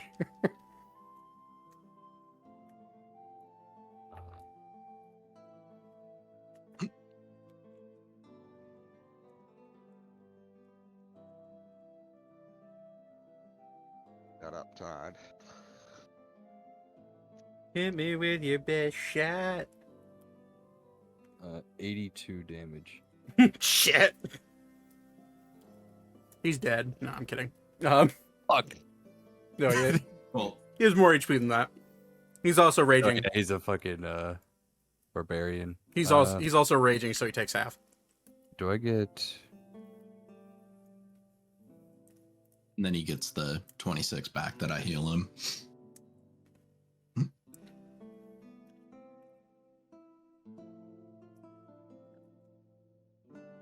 Nah, you just get the benefit of a fighter is that you can just hit him a bunch of times. Yeah, so I'm gonna hit him again. No, I'm just kidding. I'm gonna hit him 5 times. He'd probably survive it, actually. I'm gonna be real with you. Unless you crit every single hit. But he takes it. And it goes probably about halfway into his into basically like his shoulder. And it like hits bone, starts to cut into bone, and he lets it go, and he immediately thinks, fuck, I'm gonna lose my other arm. But it stops halfway through his... Or he would if he sees it goes too far, or he would stop. Yeah, it goes about halfway through his bone, and he's like, fuck. You got tough bones. I did a lot of fighting when I was a young man. All right, now hit me again. You sure? No. No. Overhand swing. I'll go ahead and cast Cure Wounds on him with the 26 that I rolled there. Like to Okay. stab Ori, you'll- So, Like, sorry, you said it was 82 points or 86? 82. 82, so he'd take 41 plus 26, okay. So, 15 total points of damage after the heal. So he's down to... Right, Interesting. disconnect. No, you're here. He'll look at you and then offer... I don't know that one. Alexa, I didn't tell you to talk. Hello? Oh, wait. Does the radiant damage do anything? No. Okay, just in case he was like a fiend or something. Like, demon. That would be a hell of a way to find out. What a fucking plot twist. His arm just wilts away like... Shit. He offers a handshake to you, Ori. But Or will shake it with his... can he lift his arm now? yeah. You're just Ori will, still feeling that pain, though. Or will rub some of his own blood on the palm of his hand and go up and shake his hand with it. He will do the same. Check test. I look forward to working with you. We can hear you, Todd. Likewise. Hey, So what's your power level? I mean, I can tell you. I don't care. He's level 14. Barbarian. Go. 204 HP. Oh yeah, we don't get a really. We got this retired guy. The fucking.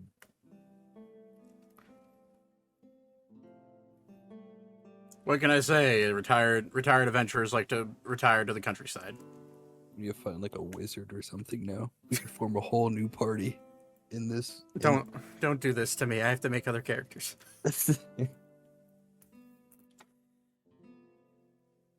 He nods and says, I will do whatever you need me to do. You want me to start by getting the men of this village into top shape, or? I think recruiting would be a good idea, going between all the other towns. Yeah, I suppose I could ride around and...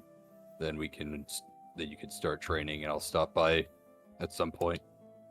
Sounds good to me. We can talk about everything else, you know. I assume this would be a paid position. I'd hope. Oh yeah, I guess a bonus for joining would be a good idea. Or we'll open his bag. How much do you think is fair for this? Well, if I'm in charge of whipping Well, I mean, these... for you, how much gold do you want to start?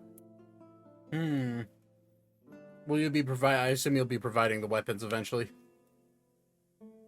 That they need. Oh yeah. All right. Yes, I mean, I got a few weapons in my bag to I start. will be providing the weapons.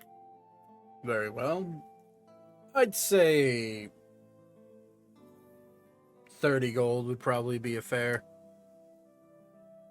for now. How about this? Only 30 gold. Sir? That's way too generous.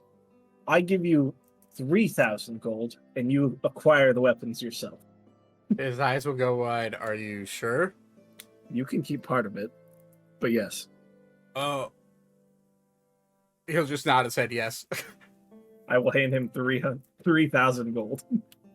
But actually, here's 1,000 gold to just cuz. 4,000 GP. I'm writing underneath Lysander's character sheet. That's more than kind. Well, I'll get started right away. Sorry, Gramps, you're gonna have to find someone to take my part in the crops. We'll figure it out. You now have an important job that I also believe needed to be taken care of. Thanks. By the way, you will no longer be taxed 15% since we found this fine warrior. Oh. Thank you. That's very kind.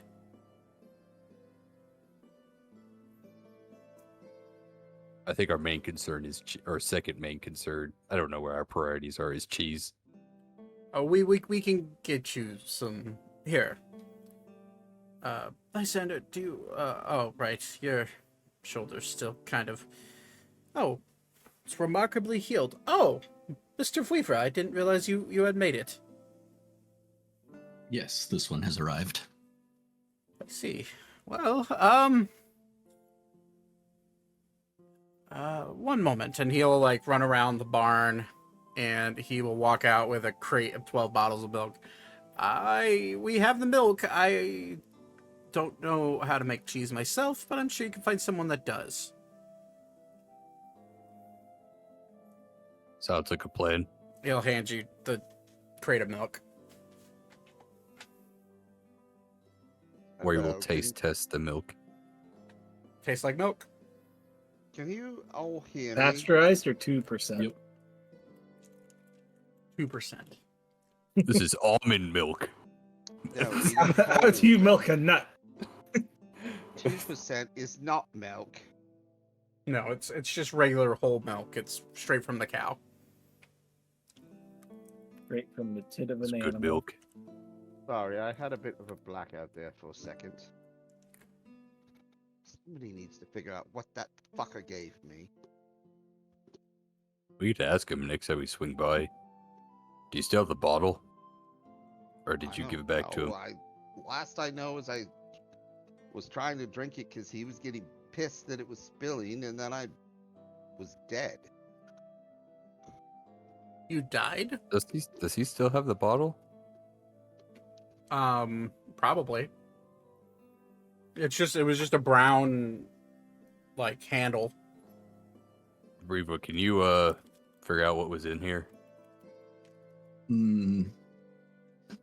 This one may not be the best, but this one will try. And I'm also going to cast a Lesser Restoration on Thaddeus. Thaddeus, you feel significantly better. Thank you.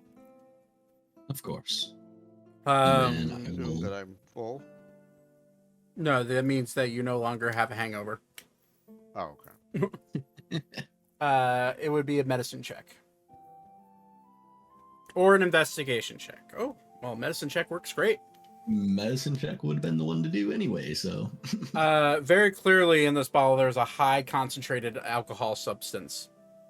Your assumption is something that was very close to pure alcohol, if not just diluted slightly. I will go ahead and pull out of my pack. I will pull out like a cooking pot. I will pour a little into the cooking pot, and I will produce flame to light it up, and go. It's This a one has found the problem. Yeah, there's just little drops of it left because, Thaddeus just chugged it.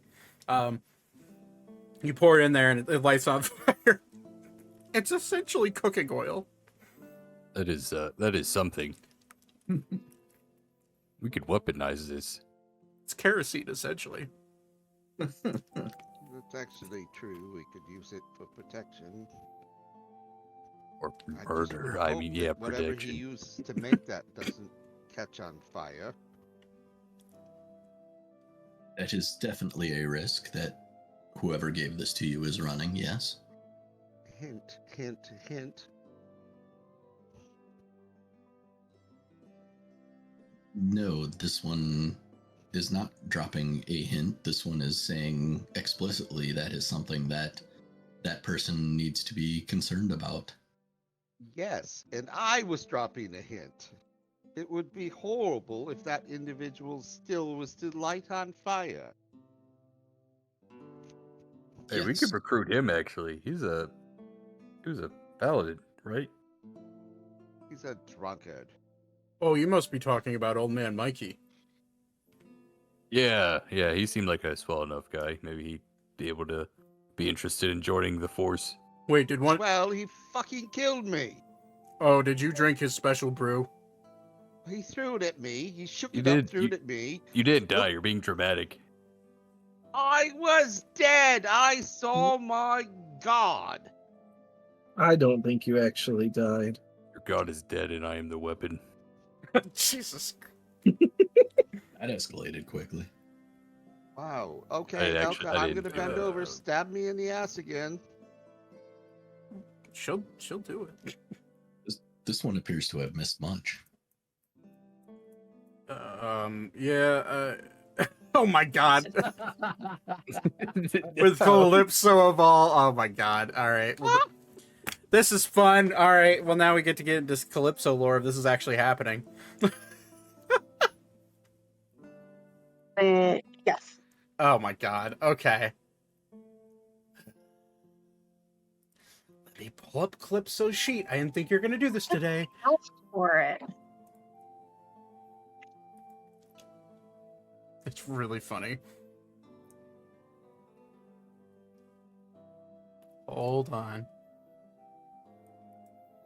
As she starts swinging, I'm going to just look to the lady that just mended my pants. I'm going to go, I think I'm going to need you again if I survive. Okay. So, as you stab Thaddeus, you feel an intense warmth come over your body. You feel you don't feel the pain of Calypso stabbing you in the ass. You only feel almost like a warm embrace. And then you hear a voice in your head. I'm gonna need some of that energy of yours. And then you'll feel your HP start to get drained from the stab. And you'll start to feel like your body start to get weaker and weaker and weaker. And then you'll kind of like look around and your eyes will be like, you know how like sometimes you get a head rush and like there's just stars in your eyes? You get like right now, IRL. Yeah. You just see thousands of those start to show up and it's almost like you're traveling through a galaxy of stars. And then you blink and you feel significantly weaker. And you've lost 14 HP of the 14. 6 of it is radiant. Until a long rest, your the hidden ability of this blade, 6 points of your total HP is gone until a long rest. as it draws your life force out of your body. Elka, you immediately realize, I'm feeling a little stronger than normal. You gain 6 temporary hit points. That's pretty sick. I took my temporary hit points down by 6 on my sheet. That works, yeah. So, Regular hit points down to 76. Elka, in your head, you hear, I'm starting to feel a little bit better. Keep doing that.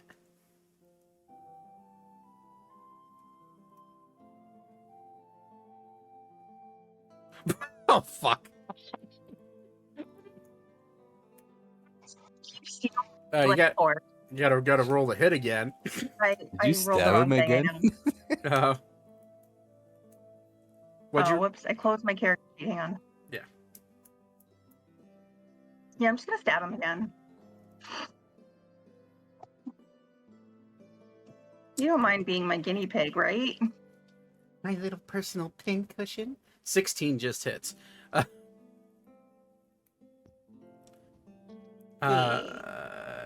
Right, 16 hits. Top.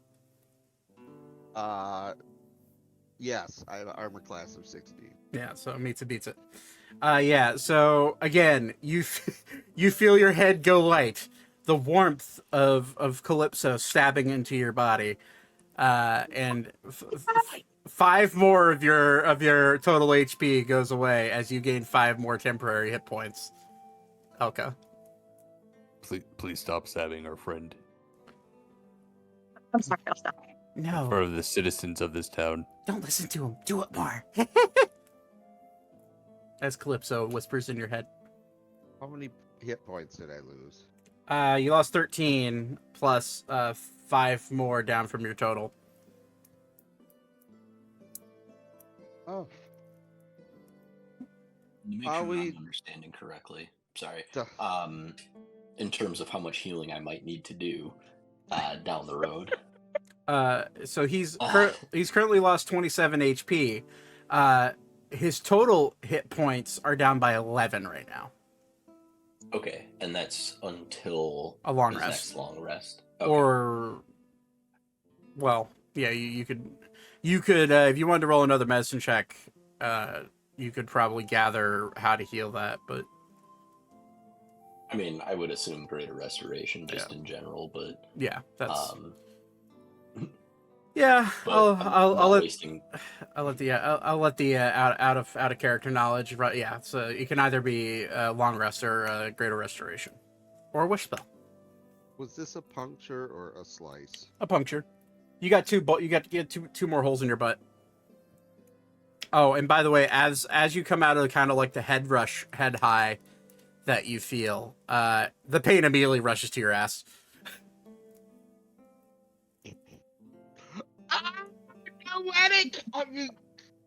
I needed to try that. It was an experiment. I'm sorry. Oh, I don't know whether I like this or hate this. This one is probably going to run out of spells today. I think we should stop stabbing each other. That's enough stabbing for the day. I can't believe I said that. Ignore me. Thaddeus is going to glance over the high or low? Low. Oh, Jesus. Thaddeus is going to glance over all the workers and see if there's anyone he's attracted to. Well, seeing as there's no workers, the only worker actually kind of close would be Lysander and Horith. Lysander is married. Lysander's married, and Horith is a 16-year-old boy. So, you don't find, you find Horith cute, but you clearly could tell that he is underage. Todd, he's underage. Oh, God, Noetic, one day, hopefully I find you. Please don't do that anymore, Elka, please. Stop, I'm sorry.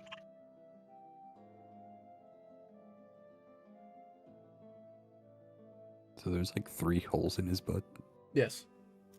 4 if you count the actual hole. Well, anyway, do we need anything else here? No, I don't believe so. All right. I may need the new ass breeder to breed me a new ass. You got a breastplate for your ass, just in case. Zane, No. can you make armor for my ass? If you No. want, you could borrow one of my shoulder plates and just. You know what? Never mind, because I would want it back, and I don't want it to stink. Jesus. I have a good diet. You drink all the time. Yes, that's a good diet. That's not a good diet. 27 points back to Thaddeus. Damn, that's a pretty good heal. That was a lower level too. What was the 5 and 5, yeah. Thank you. Because I didn't roll any ones on that one, whereas I did on both the previous level 5 casts.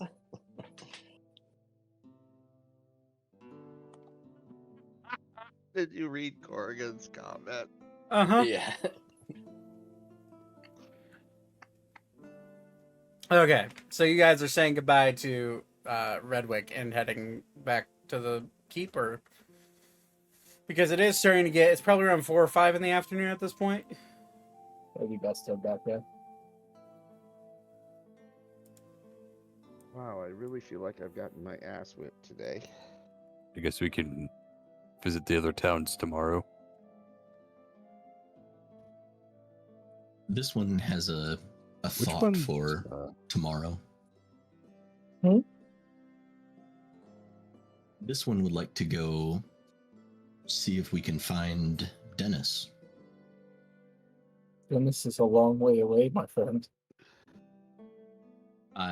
You see a pretty big grin kind of playing over Weaver's face, and he goes, this one can bring us there. This one watched closely when Alan made a portal through trees, and this one believes he can do it now too.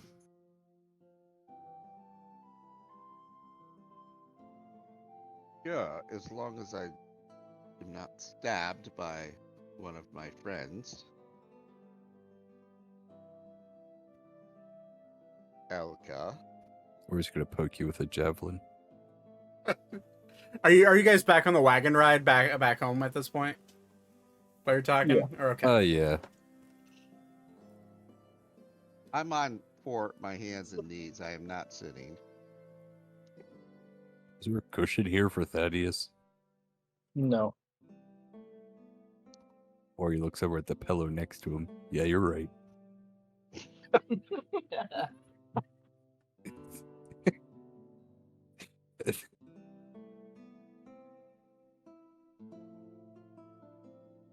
Yeah, no, I don't have anything that could.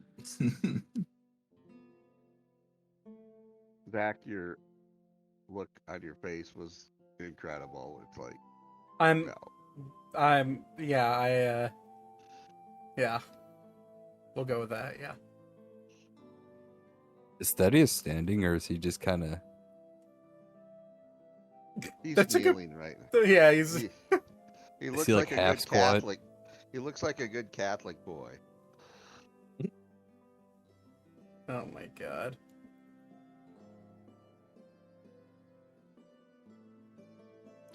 It's not Okay. safe to stand like that in the wagon. You might fall over.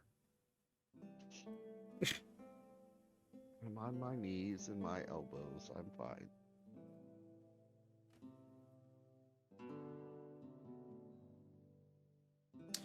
All right.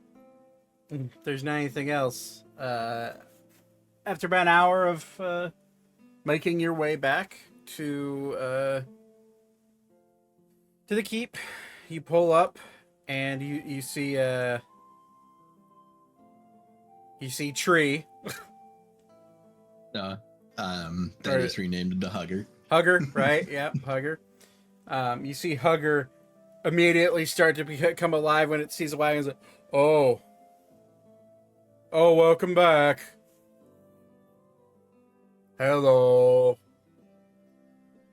Hello. Thank you.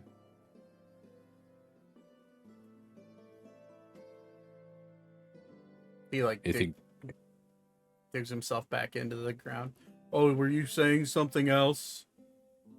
I was gonna ask if anything crazy happened while we were gone. Huh. Nothing. Well, what's crazy?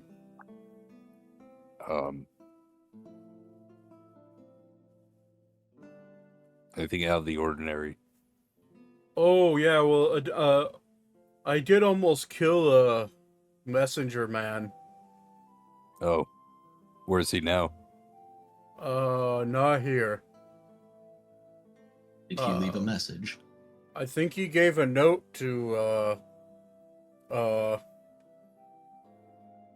what's the, Beep? I think he gave a note to Beep. How'd you almost kill him? Oh, I picked him up and was about to squeeze him. Yeah, maybe don't do that next time. Well, I didn't know who he was, so Pick them sorry. up, but don't squeeze. Oh, it's okay.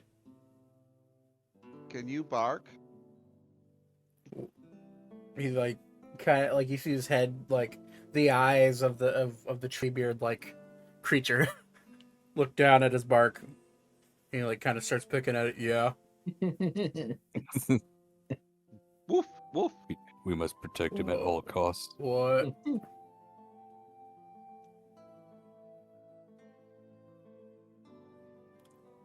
Perhaps this one. Perhaps a change in what to guard against is necessary. Hugger, should you see anyone, ask for their name. Okay. And if they do not answer, then it is safe to assume that they are foe. Okay. Or if the name is Torbin, it is safe to assume he is foe. Okay.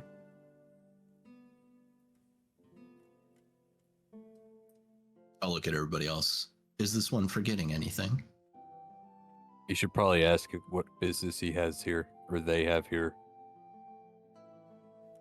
Oh. Yes. Okay. Would he That way we can understand kind the of- business? If they have other places to be, they like a messenger, they can get the job done and get to their other stuff. Their intent, yes. What is their intent? Oh. Do trees understand intent? Yeah. Sure. Insight check. Go for it. Yep. Beat me to it. Damn. 17.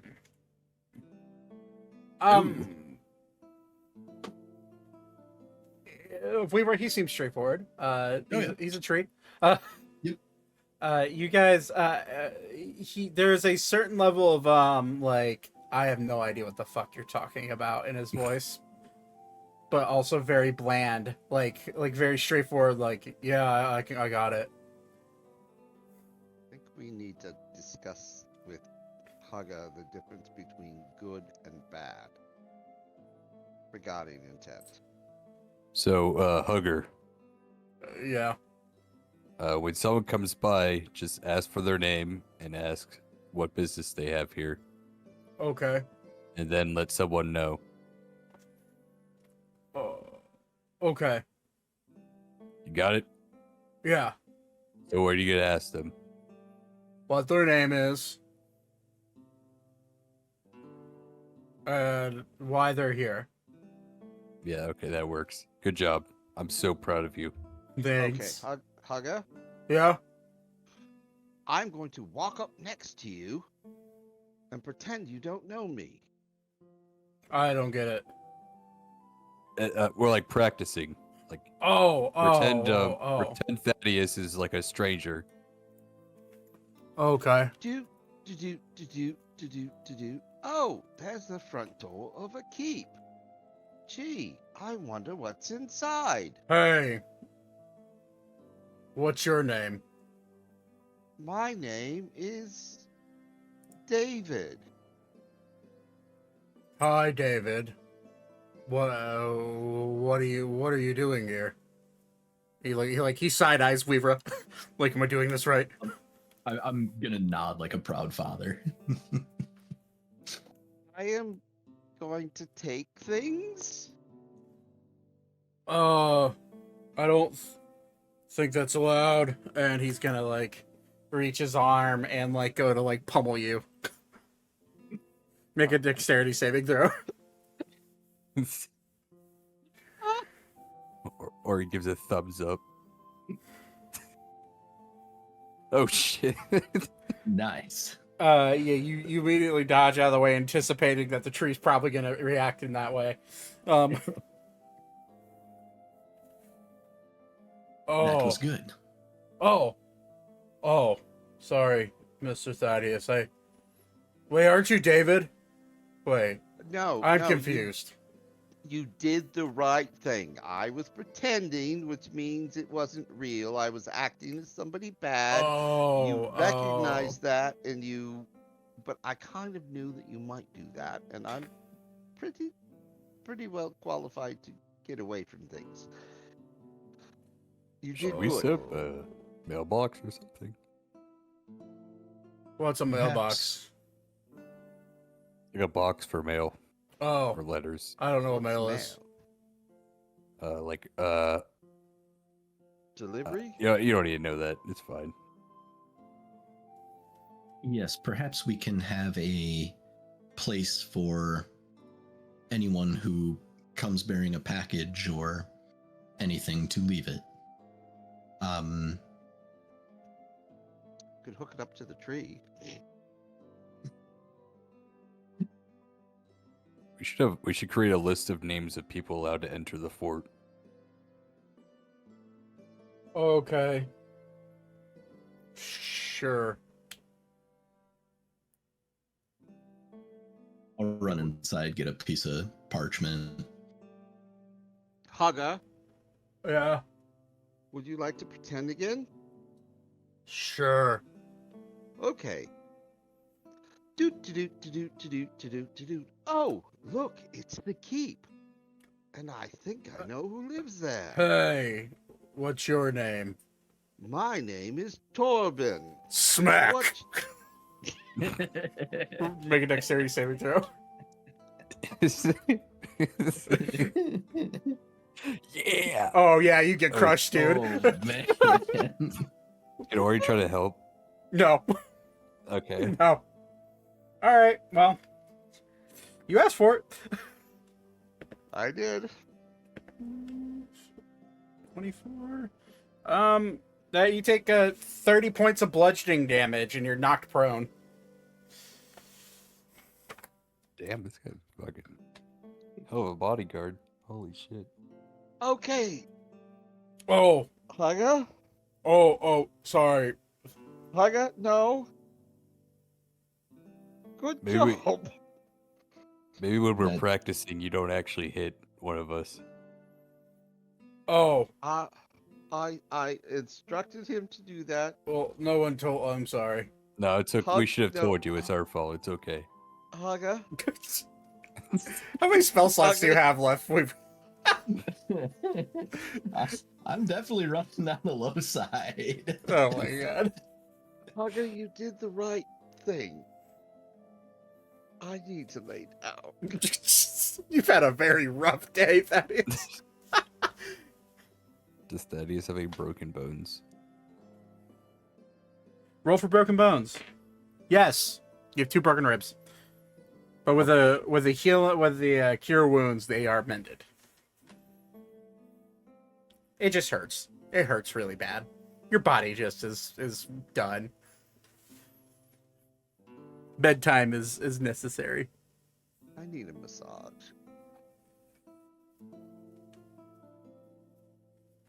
So how about that list of names? Yeah. Yes. In Hugger, can you read? Well, I mean, we could try it. Okay. Out of above board, above table, whatever. I mean, he's supposed to have 10 intelligence, so I Yeah. don't know if that indicates that. That doesn't necessarily ability. indicate that he has the ability to read and write. He has the ability to speak Fair. and speak and understand. I don't know if there's a written rule about that or not. I'd have to look it up. Target also gains the ability to speak one language you know of the target as a plant. Yep.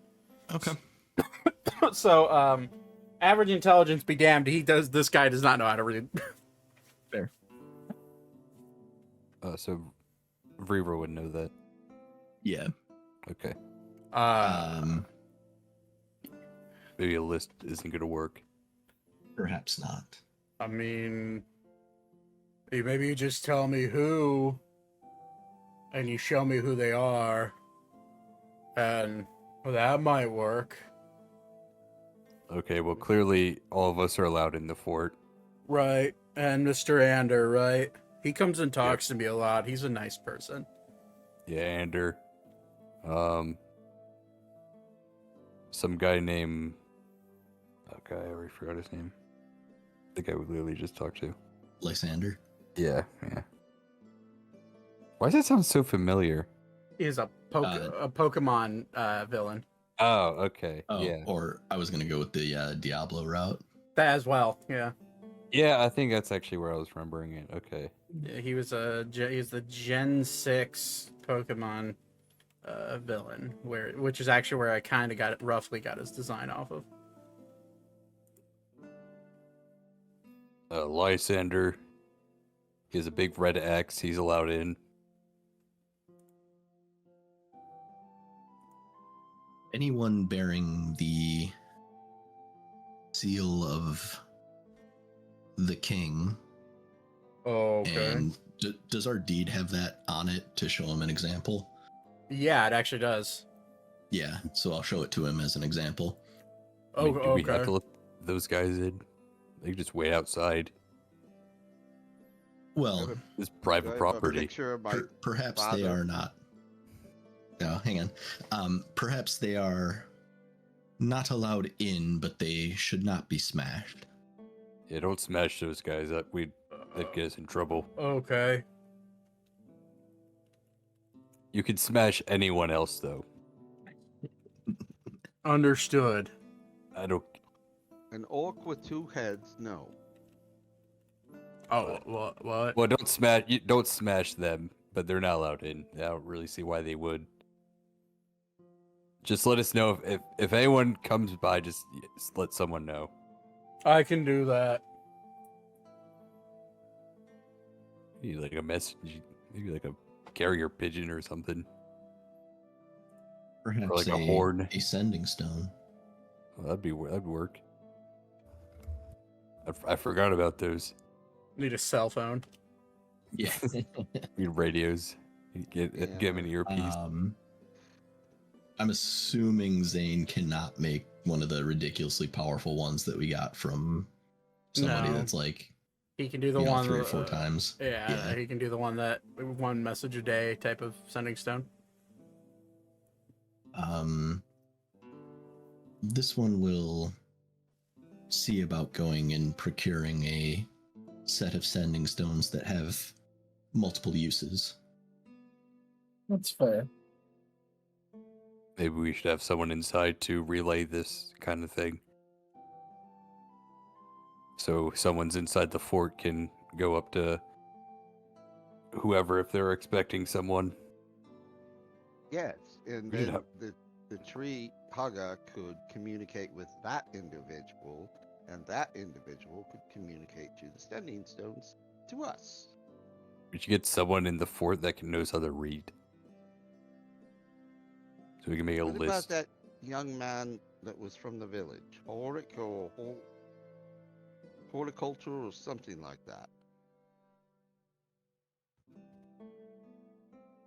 Orith. Say, I'm not sure who that is talking about, if I'm being honest. Or take about the guy out in the field. Yes. Yeah, we could ask. See how he feels about it. Or do they have a young lady that can't, or somebody that doesn't function well as far as being physically productive that could communicate for us, that could stay here at the keep?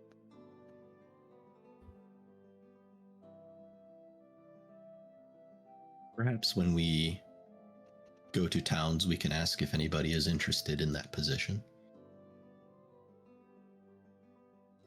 Yeah, certainly We good. maybe could get if they have difficulty moving, we could get a chair and maybe put some wheels on it so they could get around. A chair with wheels. That's ridiculous. You know, wheelchairs do exist. They do. Or he doesn't know that. Automatons exist. Wheelchairs exist, guys.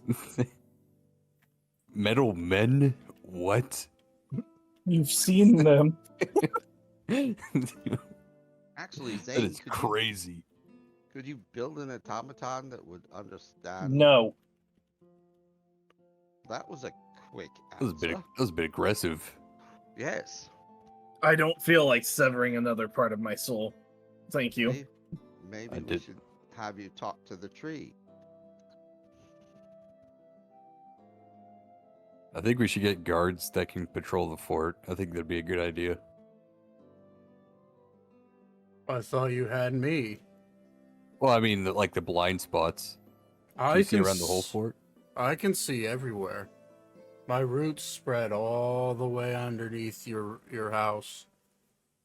Oh, okay. Well, that works out then. Never mind. Well, how about inside? Can you see inside? No. Well, we can get someone inside then. Get you a buddy. You guys can hang out. Okay. That What sound if we good? got- Yeah. Weaver, Yes. could you make an indoor plant do this too?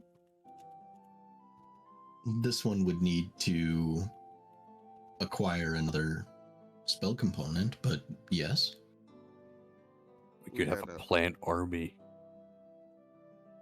have a plant inside, a plant outside, and the plant inside could communicate with somebody. What's Hmm. the material you need? And I'll actually pull one out.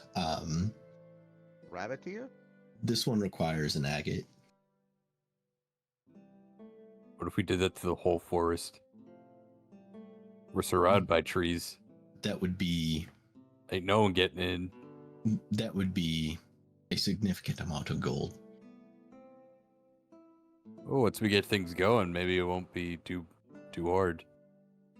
Where do agates come from? This one found this in the market back in the town. Not the town, the city. The central city where we are going for the ball? Yes. Excuse me. Maybe we can acquire more through trade. Where's Mr. Ander? He may understand trade. I don't know anything about trade. Well, I guess I understand you give someone something and they give you something back. In the simplest terms. Anders inside, from what you understand. Mr. Ander? He's currently asleep on the couch. Ander!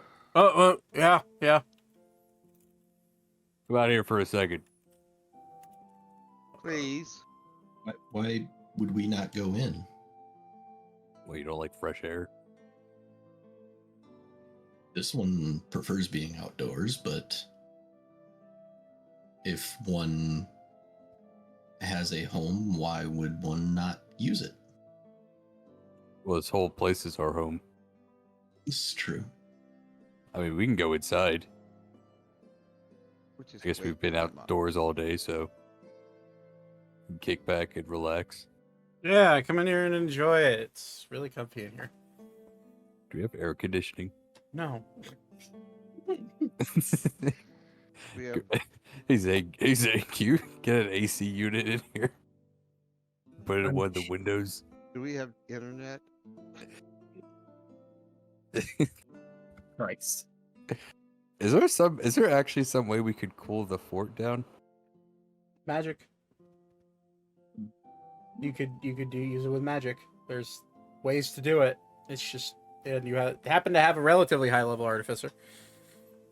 He can maybe figure something out. Okay, the question for everyone on the table is, what is this material called, Weaver, that you require? An agate. An agate? Agate. Yeah, I don't know how to pronounce it. Agate is correct. In your travels, Admiral, where would you find these agates? That's a gemstone, right? So So, yeah, it is. to the Google. Above board, it is. Okay. Yeah. I mean, I do know of a mine that does pull out a lot of precious gemstones. They're used for catalysts for spells, but it is ways away. I mean, but we could get there in the airship in 3 days.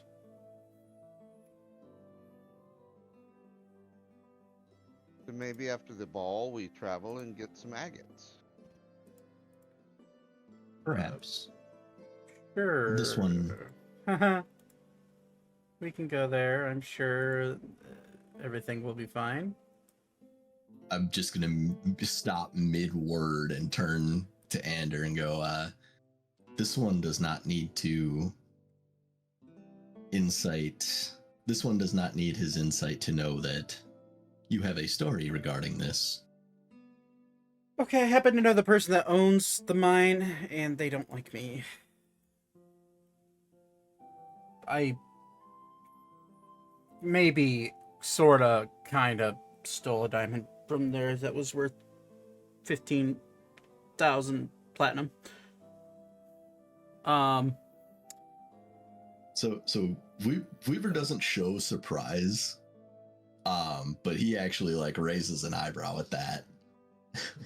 It was supposed 15,000 platinum. Yeah, it was a. I start holding my arms out, like indicating how big. It was a precious. Okay, fine. I stole it from my dad. My dad owns the mine. Many mines, actually.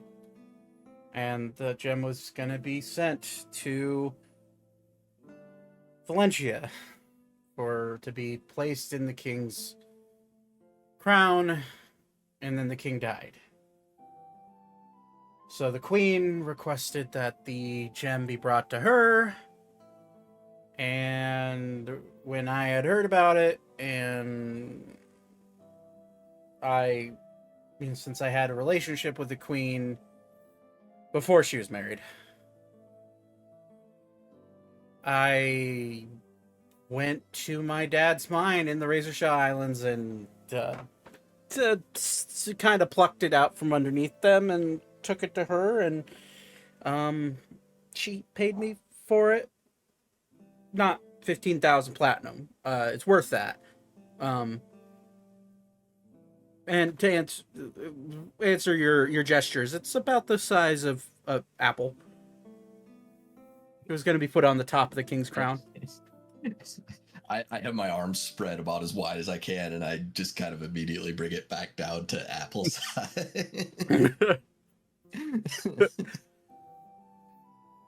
So, Yeah. Perhaps that is something we can You know, attempt another time then. This one does not wish to bring up bad blood for Ander. I don't necessarily mind bringing up bad blood. I just...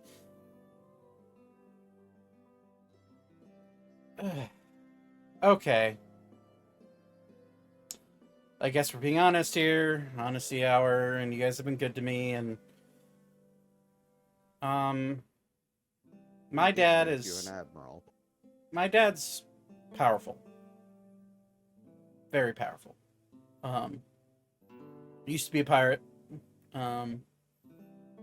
Used to sail over into all sorts of waters when I was just but a boy. And when he retired from pirating, he amassed a massive wealth, and he got a lot of people respected him, and he bought up a lot of businesses and mines and became even richer. And now I may have stolen his ship from him, as he kind of like looks towards the port out the window, and turned it into an airship. And yeah, now he kind of put a bounty out on my head. I mean, that was pretty fucking rude. Listen, my dad's an asshole. Is your middle name Elon? No. Edward, but... It's not the worst thing. Well, we do have a second ship that could... It is the worst thing when your middle name is your dad's first name. But, yeah, so anytime That would be something easy for a lord to change, would it not? Wait, I'm not a lord, am I? I thought I was an admiral. I'm gonna look at everybody else. But you have friends who are lords. You are an admiral to lords. You could be a Lord Admiral. Well, that sounds way cooler. Did we make you a lord? You haven't told me if you have or not. I've just been kind of hanging out. I claimed a room because, I mean, you could be a lord if you want. I don't see the problem in it. Oh. Just don't, mess up what we're doing. I don't think you would, but... I don't care about what you guys are doing. I'm just kind of here. Okay. I care about you guys, but being a leader, it's the best I can do with being a leader is of my own, my ship.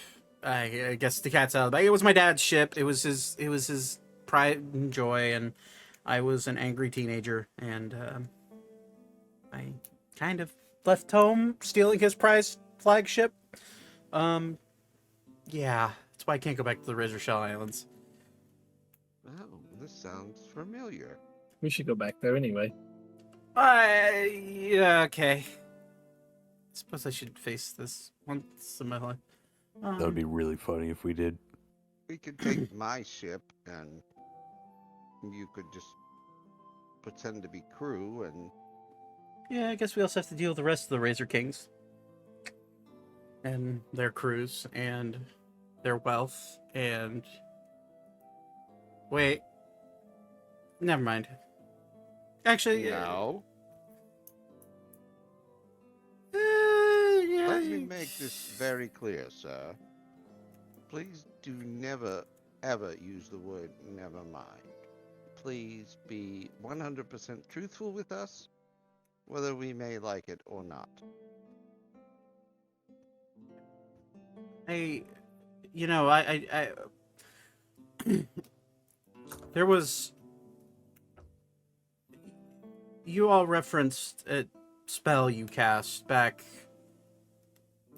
before I left you guys. It was a scry spell, I think, is what you called it. And you said that there wasn't there a note referring to the Razor Kings involving Torbin? Yes, there was. I'm afraid that my dad's caught up in that. And it's probably just because of money. Is your father a vampire? Not that I know of. Then again, I haven't seen the old bastard in 10 years. There's plenty of time to become a vampire. Yeah. That'd suck. This Literally. one, nah. This one could scry on your father for you. If you want to, I guess. This one will not do it unless you want to. I do have the mirror. I pull out my own. I pull out my own. Is it bigger? Yours is smaller.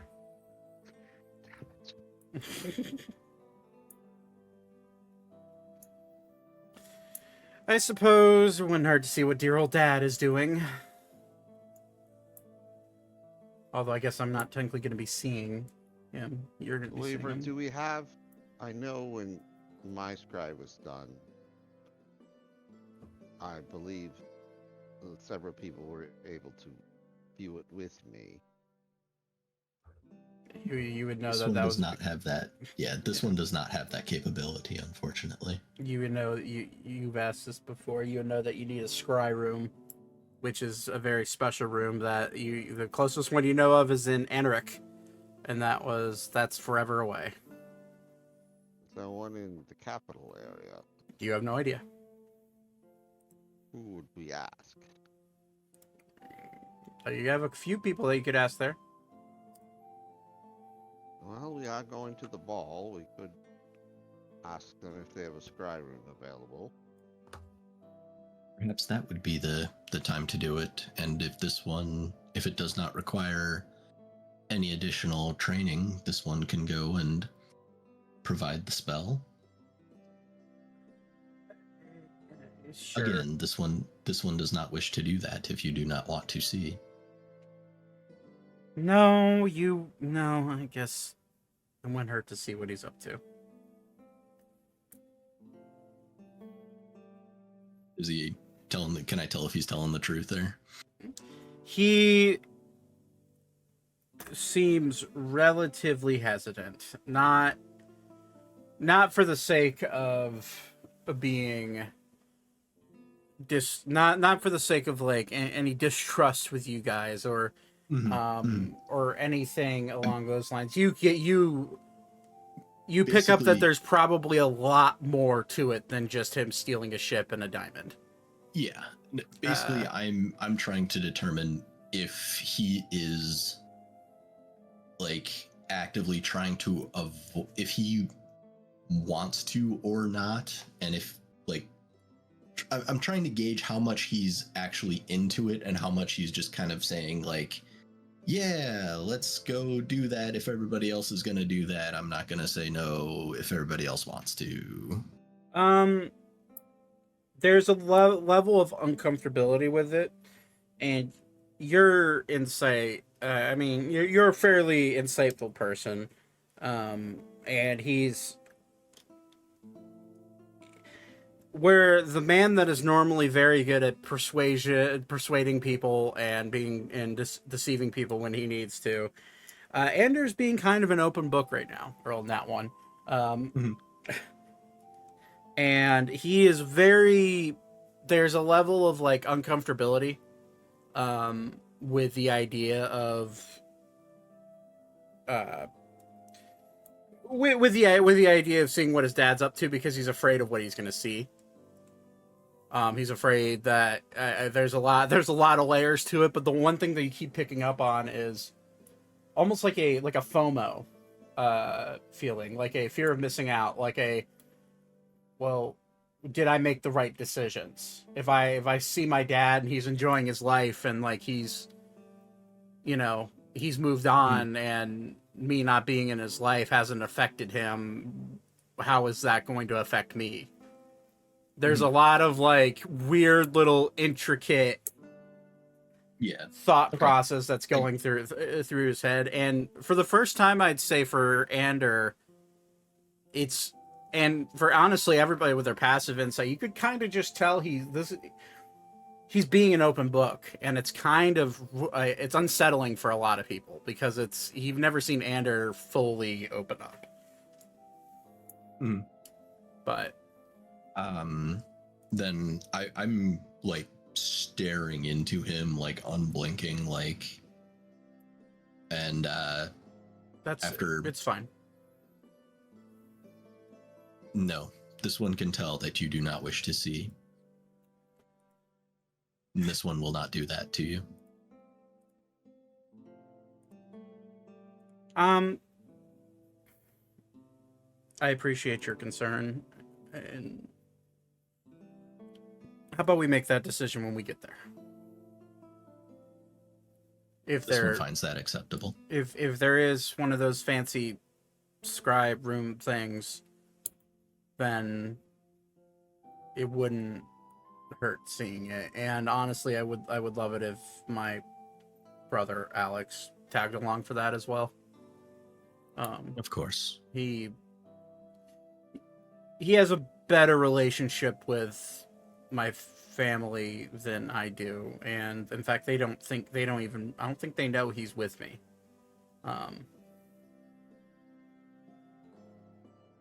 But did we know his brother was with him? Yeah. He's the second mate. He's the first right hand man. He's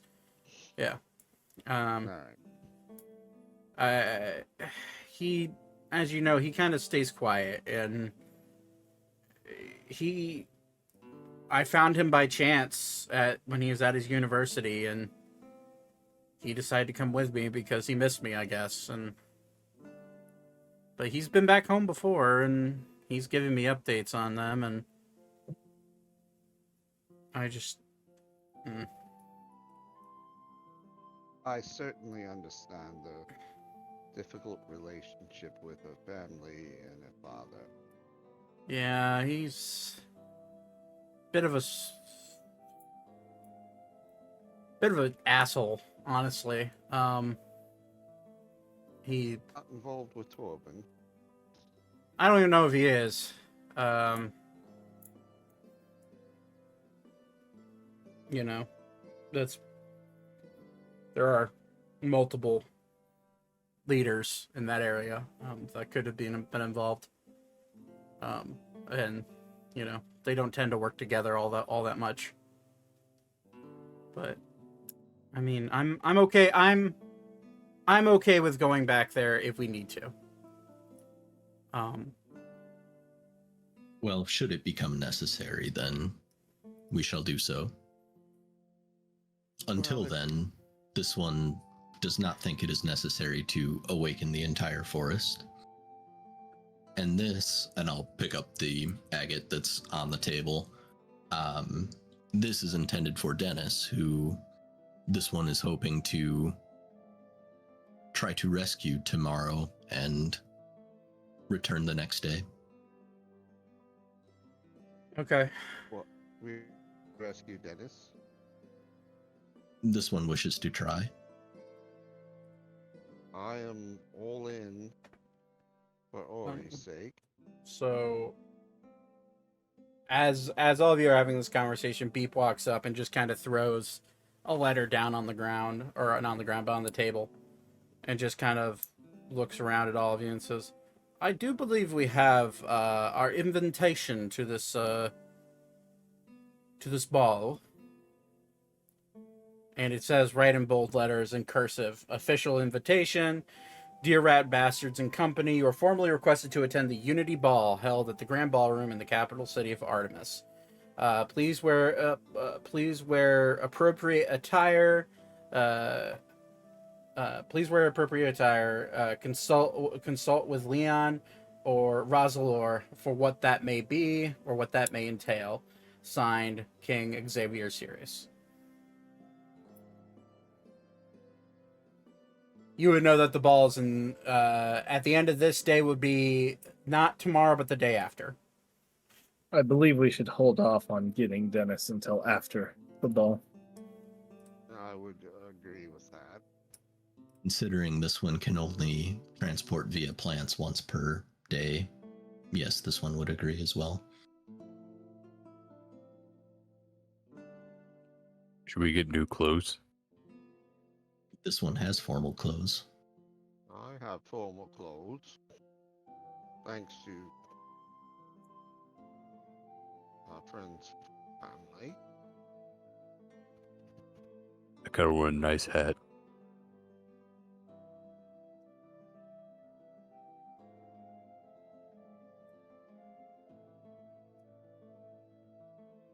Then perhaps we wait and shop tomorrow and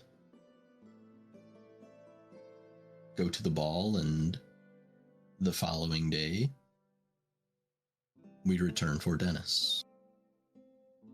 We could take the ship into the city and you get you a hat and then attend the ball and then search for Dennis. He just kind of shrugs his shrugs his shoulders. Whatever floats your boat.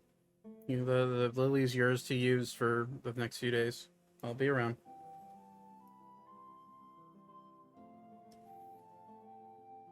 Thank you. He nods. Well, unless there's anything else, all of you can settle down for bed. Unless you guys need to do anything before the end of the day. I'm good. The only thing I might do is send my ship down to the port that has stuff to be delivered. Okay. And We'll ask find them yeah. where it needs to be. And then have them start loading if it's en route at some point to where my mother is. Okay. Easy enough. We don't need to role play these, but I would have two quick sidebars as well after. Okay. Lay 'em on me. One would be to go to Thaddeus's room and offer to scry on Noetic and describe everything that I see and whatnot. You may not be able to see it, but I can do my best to paint a picture with words, type of thing. Yeah. That's fine. I can describe it real quick. I'm assuming Thaddeus would want that, because again. Yeah. Okay. Okay. You sit down and set up the scry. You begin to find yourself floating through the ethereal plane. You find your consciousness slipping into what looks to be a pine-covered forest. It's not our pine-covered forest, is it? No. Okay. You would recognize that since you've been around a bunch. Yeah. You've gotten to know the land. And you'd slip through and you'd see a camp. Fire stoked. This is the land you've never been to. You don't recognize this place. But however, you do see a dark skin half-elf. Sharp fangs pointing out of his mouth. Sitting next to a campfire with 3 other individuals. One Go and make a perception check for more details.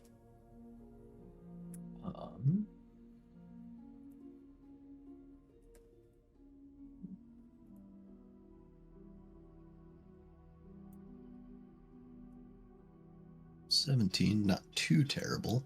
17 is good enough. You peer in closer and you do identify Noetic. He seems to be sitting and calmly talking to 3 other individuals. One of them you do recognize a voice. It is that of Torbin. Torbin is sitting there mumbling about how the plan has not gone how I've wanted it to, but we are still on pace. And you hear another voice, a female voice, go, well, Torby, baby, I really wish you have told me that you're trying to go after the leaders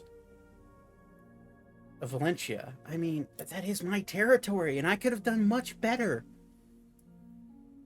I know, it was an oversight. I apologize. This lady, it's hard to put detail because of the scribe, but you do see a shorter statured woman, probably an elf. Hard to tell. You do see a hood over her head. You do not recognize her. And then sitting next to her is a bigger, pale-skinned, shirtless man, bald head, has black tattoos by the looks of it going over his body, and he seems to be sitting there staring intently at this conversation. You can't quite hear what Noetic is saying, but what you do catch from what you do catch from Noetic is him saying yes or no. You hear him agreeing and or disagreeing with certain statements made. You then see Torbin go, shh, and shush everybody. As soon as Torbin shushes everybody, I snap out of it, drop it. Before that happens, is there anything physical that I see that I feel? You don't see shit. This is all we've. Okay. I'm describing everything to you, so as best I can. Okay. And he cannot hear you while he's in the scry. Okay, that's fair. He's in a trance, but he can. I legitimately hesitate for a second before I mention that Torbin is there, and this is me putting 2 and 2 potentially together. That it appears that Noetic has been turned. There was evidence of this earlier, but yeah. Okay. Yeah. Yeah, I hesitate for a second before, kind of mostly confirming it, and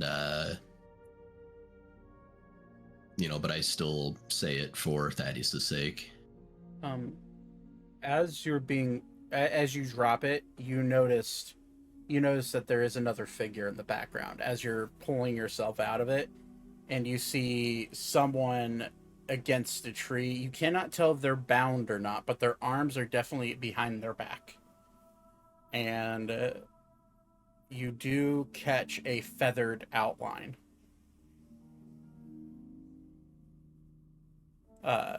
Protruding from that silhouette. As soon as I drop it and finish relaying things to Thaddeus, I'm like, this one must go talk to some others. There are concerns. Very well, thank you. One question. Yes. I'm like half out the door at this point. Did you see anything that looked physical that I could obtain? Physical as in? As in I could grab and obtain. A dagger, a knife, a ring, an amulet? This one was not able to get that fine of a view. Yeah, not that detailed. Okay. I cannot ask any more of you. Done is means a lot. This one will try to look for something like that the next time. Again, I cannot thank you enough. Of course. While this is happening, Zane, you're sitting in your room. Or would you be sitting in the forge? Which one would you be doing at this time? Probably my room. Why? Be sitting in your room.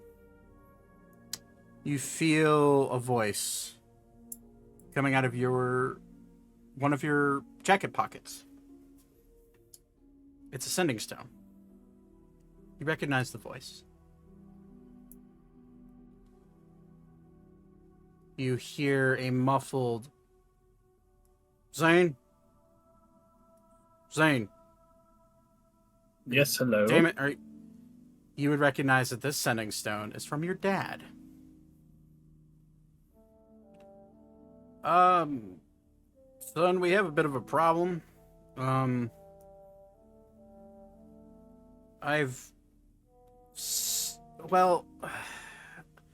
I'm an Artemis. I don't know if you knew that. No. Yeah, I'm here. They sent me. Can you try contacting your mom via your sending stone and see if she answers? I'm getting worried about her. I left her there alone. I know she's probably fine. But it's not like her to not contact me for 2 days.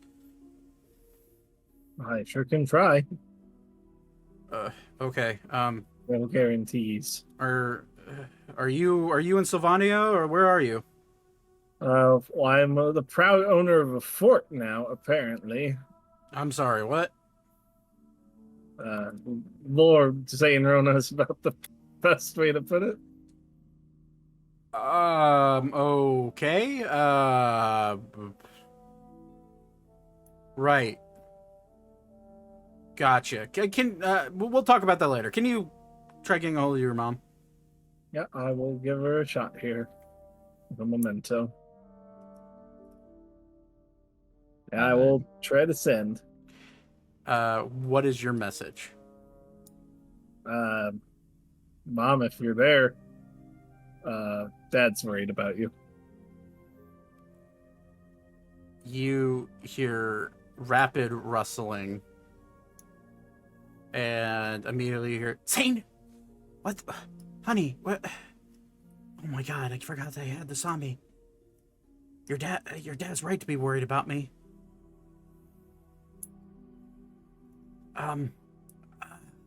Shit. Give me a moment. I gotta find a place where I'm alone. And,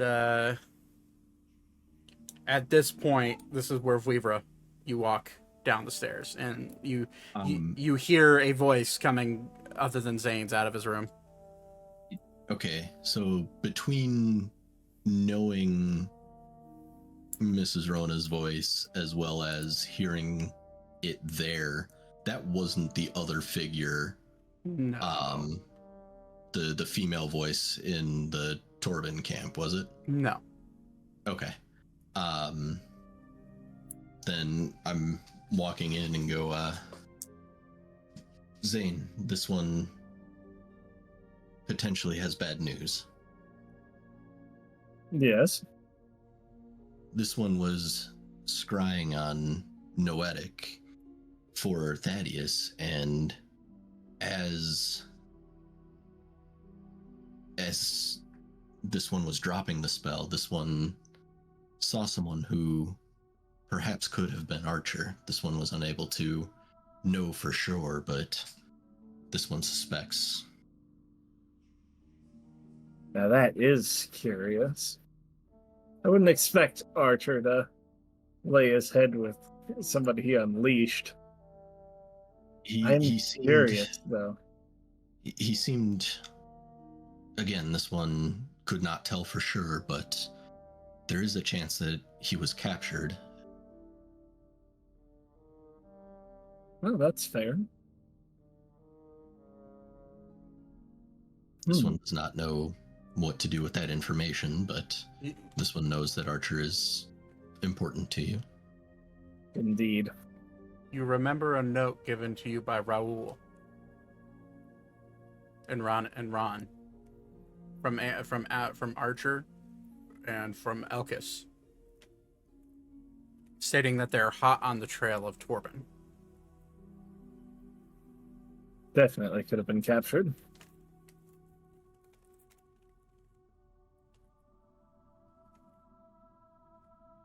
At this point, you hear, "Honey, are you there?" Yes. Okay, bit of a situation. Ebrax is under attack. Again? Yeah, again. It's not good this time though. Unfortunately. Did you all not just try to use the big weapons? Here's the problem. We did. They bounced off. What do you mean they bounced? They don't bounce. Apparently Tillman adapted. I don't know. We shot a lot at them and they just kind of deflected off. It was like, well, literally it was magic, I think.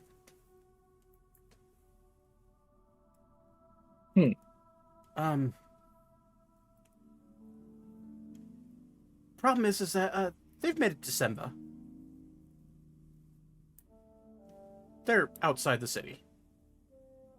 That's not good. No, not good at all. And here's the problem. My husband, your lovely father, is now being forced to be at a ball fraternizing with the very people that are attacking our country. You want me to do something about it? Wait, you're there? I am also going to set ball. You've heard your mom's audible grins before, where she has a little chuckle. How about you, I have a feeling somebody else might be willing to help me with that as well. I don't want them dead. But I know a guy. I'm just gonna look over at Weaver. Yeah. I'm just sitting there like head tilt, dog hearing a weird noise, head tilt. Maybe capture them. Don't bring them here. Capture them and hold them hostage. Maybe That can be arranged. Who are we capturing? This one does not understand. Oh, you will. Somebody you're not too fond of, from what you've told me. Very well. Anyways. Very well. As he kind of realizes, as I kind of realize. Shit. As you hear a kind of explosion behind her. I think I need to go. Yeah, I need to go. Tell your dad I'm fine. You need me to take myself out? I could get you some reinforcements.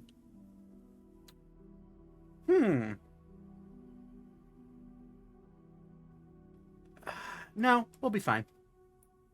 They haven't breached the walls yet, and we'll be in contact. Okay. Thank you. Okay, bye. And then you hear she left the channel open. You hear her yelling, "Fucking get in line, you dipshits!" And as you hear that, it fizzles out. And that's where we're going to tonight's session, because I just realized it's 10:46. What's up? I do have one other stop that I'm making. Okay. That's fine. And that is to Anders' room. All right. Do that real quick.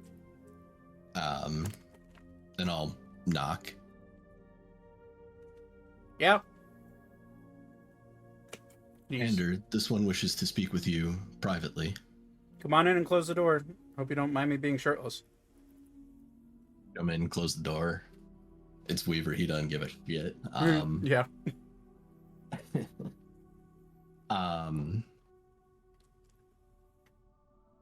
This one potentially has bad news, but this one would like you to describe the Queen of Valencia to him. I can do a little better than that. Ander does minor illusion. He'll hold Is out. this the... He'll hold out his hand and cast minor illusion. You'll see a small, perfect diagram. It's almost too perfect of Valentine. Is that who I saw? The other woman who was talking to Torbin? No. No. Okay. Weaver will give an audible sigh of relief and goes, good. This one was very afraid that she had fallen in line with Torbin. His eyes will just kind of dart at you. Apologies. Permit this one to start from the beginning. This one was scrying on Noetic for Thaddeus and saw several things in this camp. One of which was this one suspected of being potentially the Queen of Valencia, but it was another woman who mentioned something about nobles in Valencia and Torbin's interest in them. You see a very interesting face journey start to happen with Ander. And it's like a mixture between bewilderment, acknowledgement, and confusion.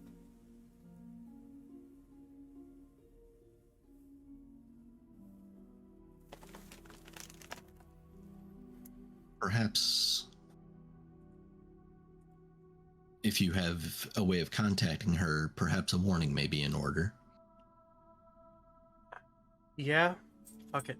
And he'll pull out a sending stone. And she told me not to use this unless it was an emergency.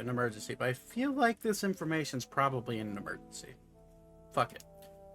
Hey Val, you there? Xander. Not very great news. Apparently, Torbin wants you for some reason. Don't know for what. Yeah. And then it'll give it like a 5-minute, like nothing comes from it, and then eventually you hear, Ander, I'm kind of in the middle of something right now. Torbin wants me for some reason. Yeah, I've known that for a while. Dude's a creep. I don't like him.